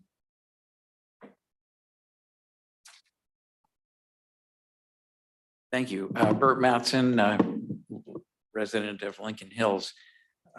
First, let me acknowledge that the city addresses, the council and the city staff addresses a whole wide range of issues. And you do it professionally and responsibly on behalf of the city, and I appreciate that. And you put in long hours like you're putting in today and in other sessions. And so I acknowledge your hard work. I would join in the comments of Ray Burge and Fred Barnhart. I think there are issues going on between all of the city council members that could be considered. And I think it would be appropriate for all the city council members to consider what role, if any, they have played in this. From my point of view, the incident was addressed by the city in its May 2022 resolution by being a disproportionate response to the level of the offense.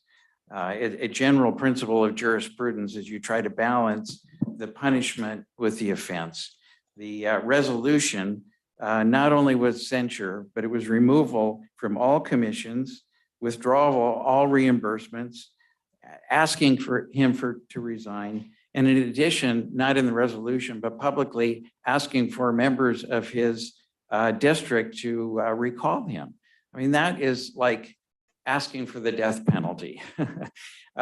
You apply the death penalty in the appropriate situations. You don't apply the death penalty for jaywalking or a fist fight.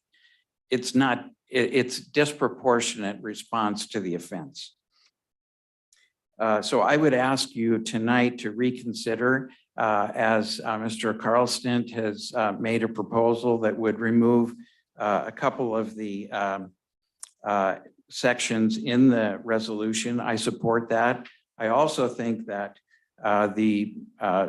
whatever goals the council members sought by the resolution have been achieved in the sense of a censure, if that was your goal.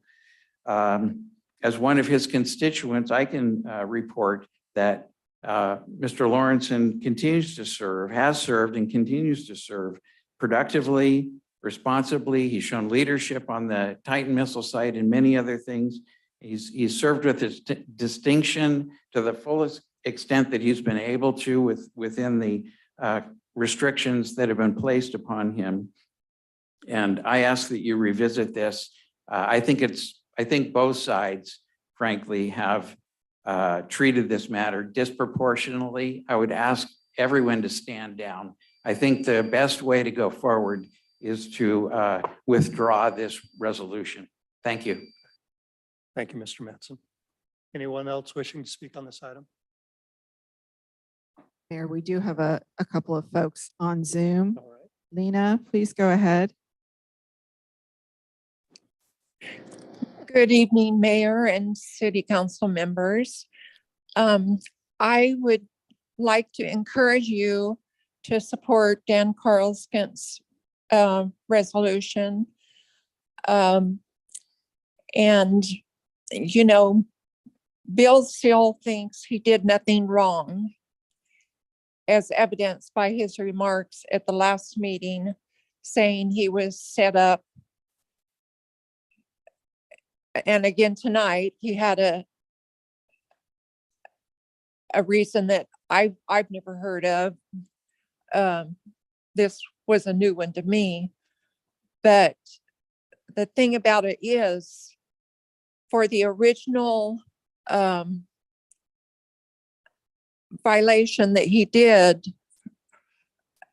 he's not sorry. He thinks he didn't do anything wrong. He wants to just go on like nothing happened. And I don't believe you should do a timeline until he realizes that he did do something wrong and apologize for that. And as mentioned, he has made numerous remarks towards city council members and I feel like that he has made them feel unsafe doing their job. And he's written numerous articles in the Lincoln News Messenger bashing our city council members. And the public bashing of our city council members is not helpful in uniting our city. And you've worked really, really hard to build trust. And this just is not unifying at all. He told you to your face at one of the council member meetings that he wouldn't vote for you if you ran for mayor. This was in a city council meeting. And as recent as the last city council meeting, Bill pitched a fit, raised his voice, pitched his papers around on the desk. He acted like a child. The bottom line is Bill Larson does not know how to act in an acceptable behavior in public. And in my opinion, he should never be taken off censure. He's too volatile, and you just never know when he's going to act out in a city or regional meeting. All right. If Thank he you, Lena. doesn't get. Oh, Sorry, it's your my time your up. time's up there. Yeah. Thank you. Lena. Okay, thank Appreciate you. it. Mayor, we do have another comment. June Paquette. June, are you there? Can you hear me? We can. Okay, thank you. I am a resident of Sun City, Lincoln Hills. Referring to the initial incident between Mr. Lauritsen and Mr. Oliver, I can't condone either of their behaviors. It seemed as though they were bullying each other, intent on inciting one another. Be that as it may, I also agree with Mr. Barnhart and Mr. Mattson that the reaction and response by the council in this censure and the restrictions is disproportionate to the actual event and the impact of that event on the city or the city's business. There's been numerous grand jury reports to the city of Lincoln, several which cited city council's lack of oversight and reprimanded them for that impact on fiscal accountability. I don't recall any great reaction to such a report, perhaps a slap on the wrist. So I would compare that reaction or the response to a grand jury report to a Facebook Live interaction between two men acting like teenagers. Be that as it may, again, Mr. Lauritsen is my representative, and I feel that he represents me well. He studies the issues, he puts in the time and effort, he gets involved, and he is responsive. By continuing with these restrictions, you are denying us in his precinct to be fully represented. And I think it is time to lift the restrictions. I would also encourage Bill to seek the training and participate in that, and that you move forward as a united group as opposed to a separated one. Thank you. Good, thank you.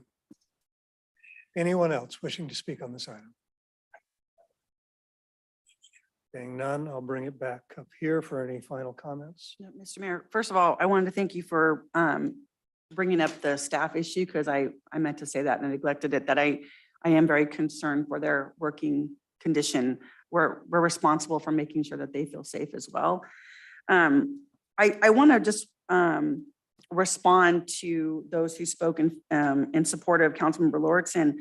You know, whether you believe this or not, I'm not a liar, and I will speak the truth here from the bottom of my heart, that before this Matthew Oliver incident, There were many times where Councilmember Lortson was aggressive, where he was rude, where he embarrassed the city and with other public officials, but myself included, Councilmember Silhai, the gentlemen that sit here, we continue to be kind.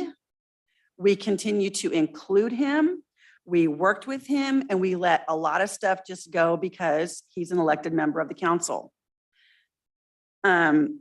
And then after that happened, when he refused to apologize and he dug his heels in and he made all kinds of wild accusations, I mean, our hands were tied. And then since then, I can tell you, honest truth, there were multiple times where I had conversations with other council members, with staff, and I said, okay, and I know the other council members did too, okay, maybe we're getting to the place where we can start reinstituting, we can let him go to conferences, maybe give him a couple appointments. And every time we got to a place where we were thinking about bringing him back and letting him start to engage in more activities, then he wrote another article, or he made some kind of wild accusation, or he made harassing comments, and he put the city at risk. And I could probably go back and tell you like 5 times that happened. Every single time we felt like we were making progress, then Bill decides to explode again.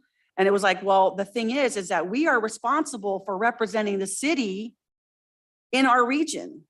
And Councilmember Lortson, I hate to say it, but he has proven time and time again that we can't really trust him.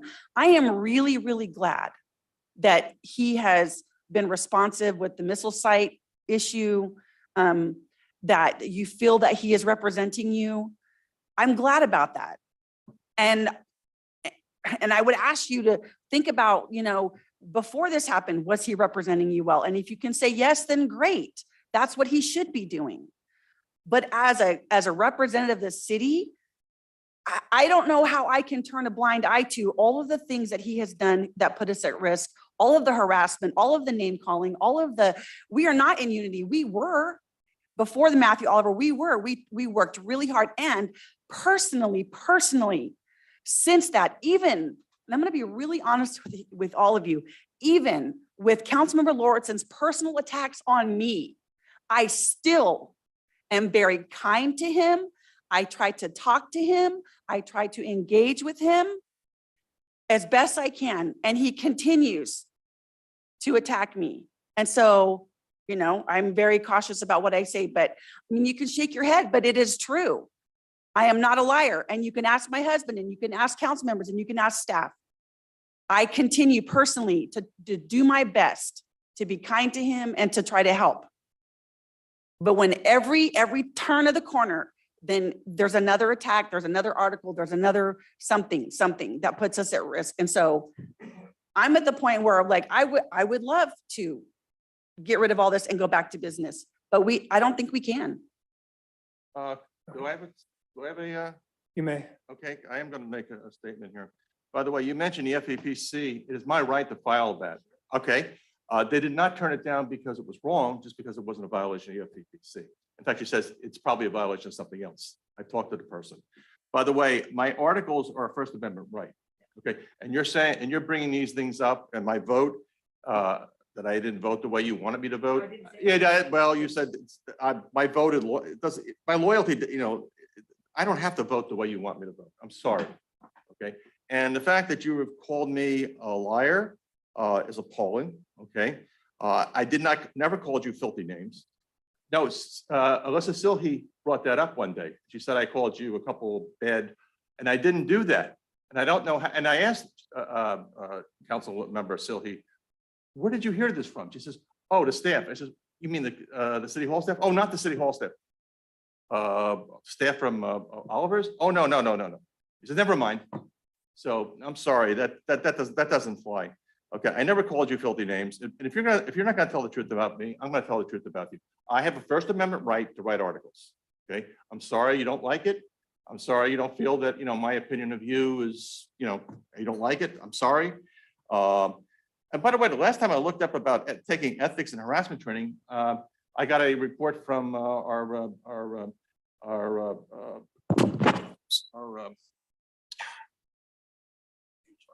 HR that I was the only person that actually took those courses. I was up to snuff on all those courses. You weren't. I looked. Okay. You can laugh all you want, but that's the truth. Okay, I'm elected to this position. You are not. No, you're not. Let's not go back. Oh, no, no, No, let's not go back and forth. and let's let me not speak, spin let me out speak, of let it. me speak. I Paul. am letting you speak. No, you're not letting me speak. I'm gonna say it again. I'm elected to this position. Holly is not. Okay,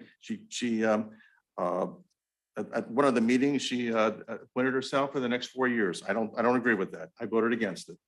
Anyway, my vote is my vote. Okay, if I want to vote one way or another way, that's not a sign of disloyalty. That's not a sign of I'm putting you people at risk. That is, I'm sorry. I just can't go along with that. Okay. This whole thing was a setup from the very beginning. No, Paul, listen to me. Look me in the eye, Paul. No, look me in the eye, Paul. Okay. This was a setup from the very beginning. You asked me to support you as supervisor. I refused. Wait a minute. Did you not ask me? Did you ask me? We're not going to go back. No, ask, we're yes not or no, gonna go yes or, back. yes or no. Well, the answer is yes. You don't want to answer, the answer is yes. You asked me to support you. Shante asked me to support her. I turned her down. I have never had bad relationships with Shante. We're still friends, okay? With you, I don't know. I'm sorry. I got harassed. I got harassed by, after I supported Scott Albert, I got called up by Alyssa Silhy. It was over an hour. I was on the phone with her. And she said, it would be an act of disloyalty to support someone else other than you. Okay. After that, I got cornered down at the gate, back gate here by Alyssa Silhy, Council Member Andriotta. You were there. Yes, you were. Okay. And they told me I was totally disloyal for not supporting you. Okay. And after that, this incident with Oliver popped up. Yeah, Oliver actually came to me and was harassing me, and I got tired of it. Okay, that's all there is to it. Okay, I got tired of him sticking his phone in my face. I got tired of him rubbing up against me. Yes, I'm sorry about that. If my actions are wrong, well, I'm sorry. Okay, but that's the way it is. Anyway, I do have a First Amendment right, and I think some of the comments made by Council Member Andriotta are really un-American, saying that, I'm putting you at risk by disagreeing with you. Okay, that's my right. It's my right to write articles. It's my right to vote the way I want to vote. I was elected to this position. It's the most American thing that I can think of. You're elected to do something, do it. And right now, I'm still representing my district, even though you have decided to censor me and take me off all these committees and not let me go to conventions. But I'm doing what I'm supposed to do. And some of these issues, I feel like I'm the only person who is representing the city. So anyway, I don't want to go into this too far, but I don't agree with this. So you're welcome. Any other comments before we consider the resolution that Councilmember Carlson just put before us? None? I want to follow up with something.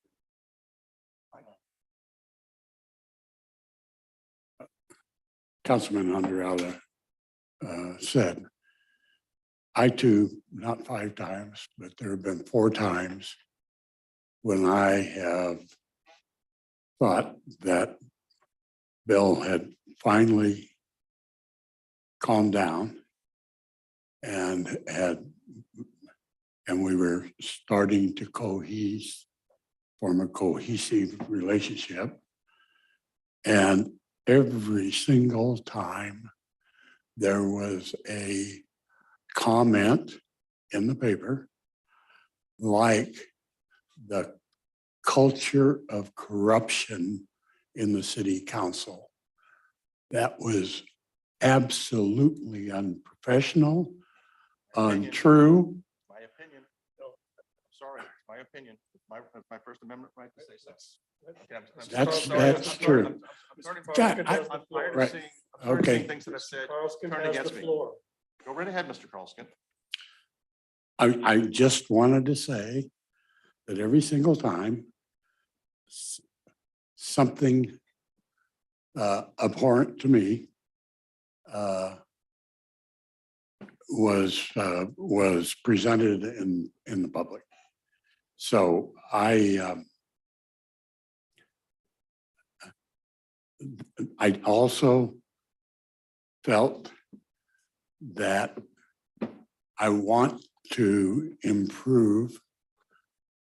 I want to improve conditions. And when you asked to bring back and rescind the original resolution, this is my result. It's a try to go back to the councils of old being 2 years ago, 3 years ago. Certainly not old, 10 years ago. And so I would like this to pass because I think it's a step forward from our standpoint to try to achieve stasis. Go ahead. So what I'm going to suggest, if the council so desires to take action on this resolution, is that we also add Councilmember Brown's request of some time limitation on that. What makes sense to me is that we set that at 1 year out at the time when new committee assignments are being reviewed. We revisit this prior to those committee assignments being So made. you're not 1 year out. You're talking about December, October, November, December. Do it in November. Fair enough. All right.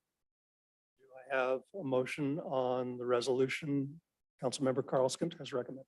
I move with the, with that, With the amendment? with the amendment. Mhm. I'll second. I have a motion and a second. Glenn, roll call, Yes. please. Councilmember Brown, Yes. Councilmember Andriotta, Yes. Councilmember Carlskent, Yes. Councilmember Lauritsen, No. and Mayor Joyner. Yes. Thank you all. It was a tough conversation to have. And I think we got through it rather well. We'll move on to any other council initiated business. Seeing none, information items. All right. And with that, we stand adjourned.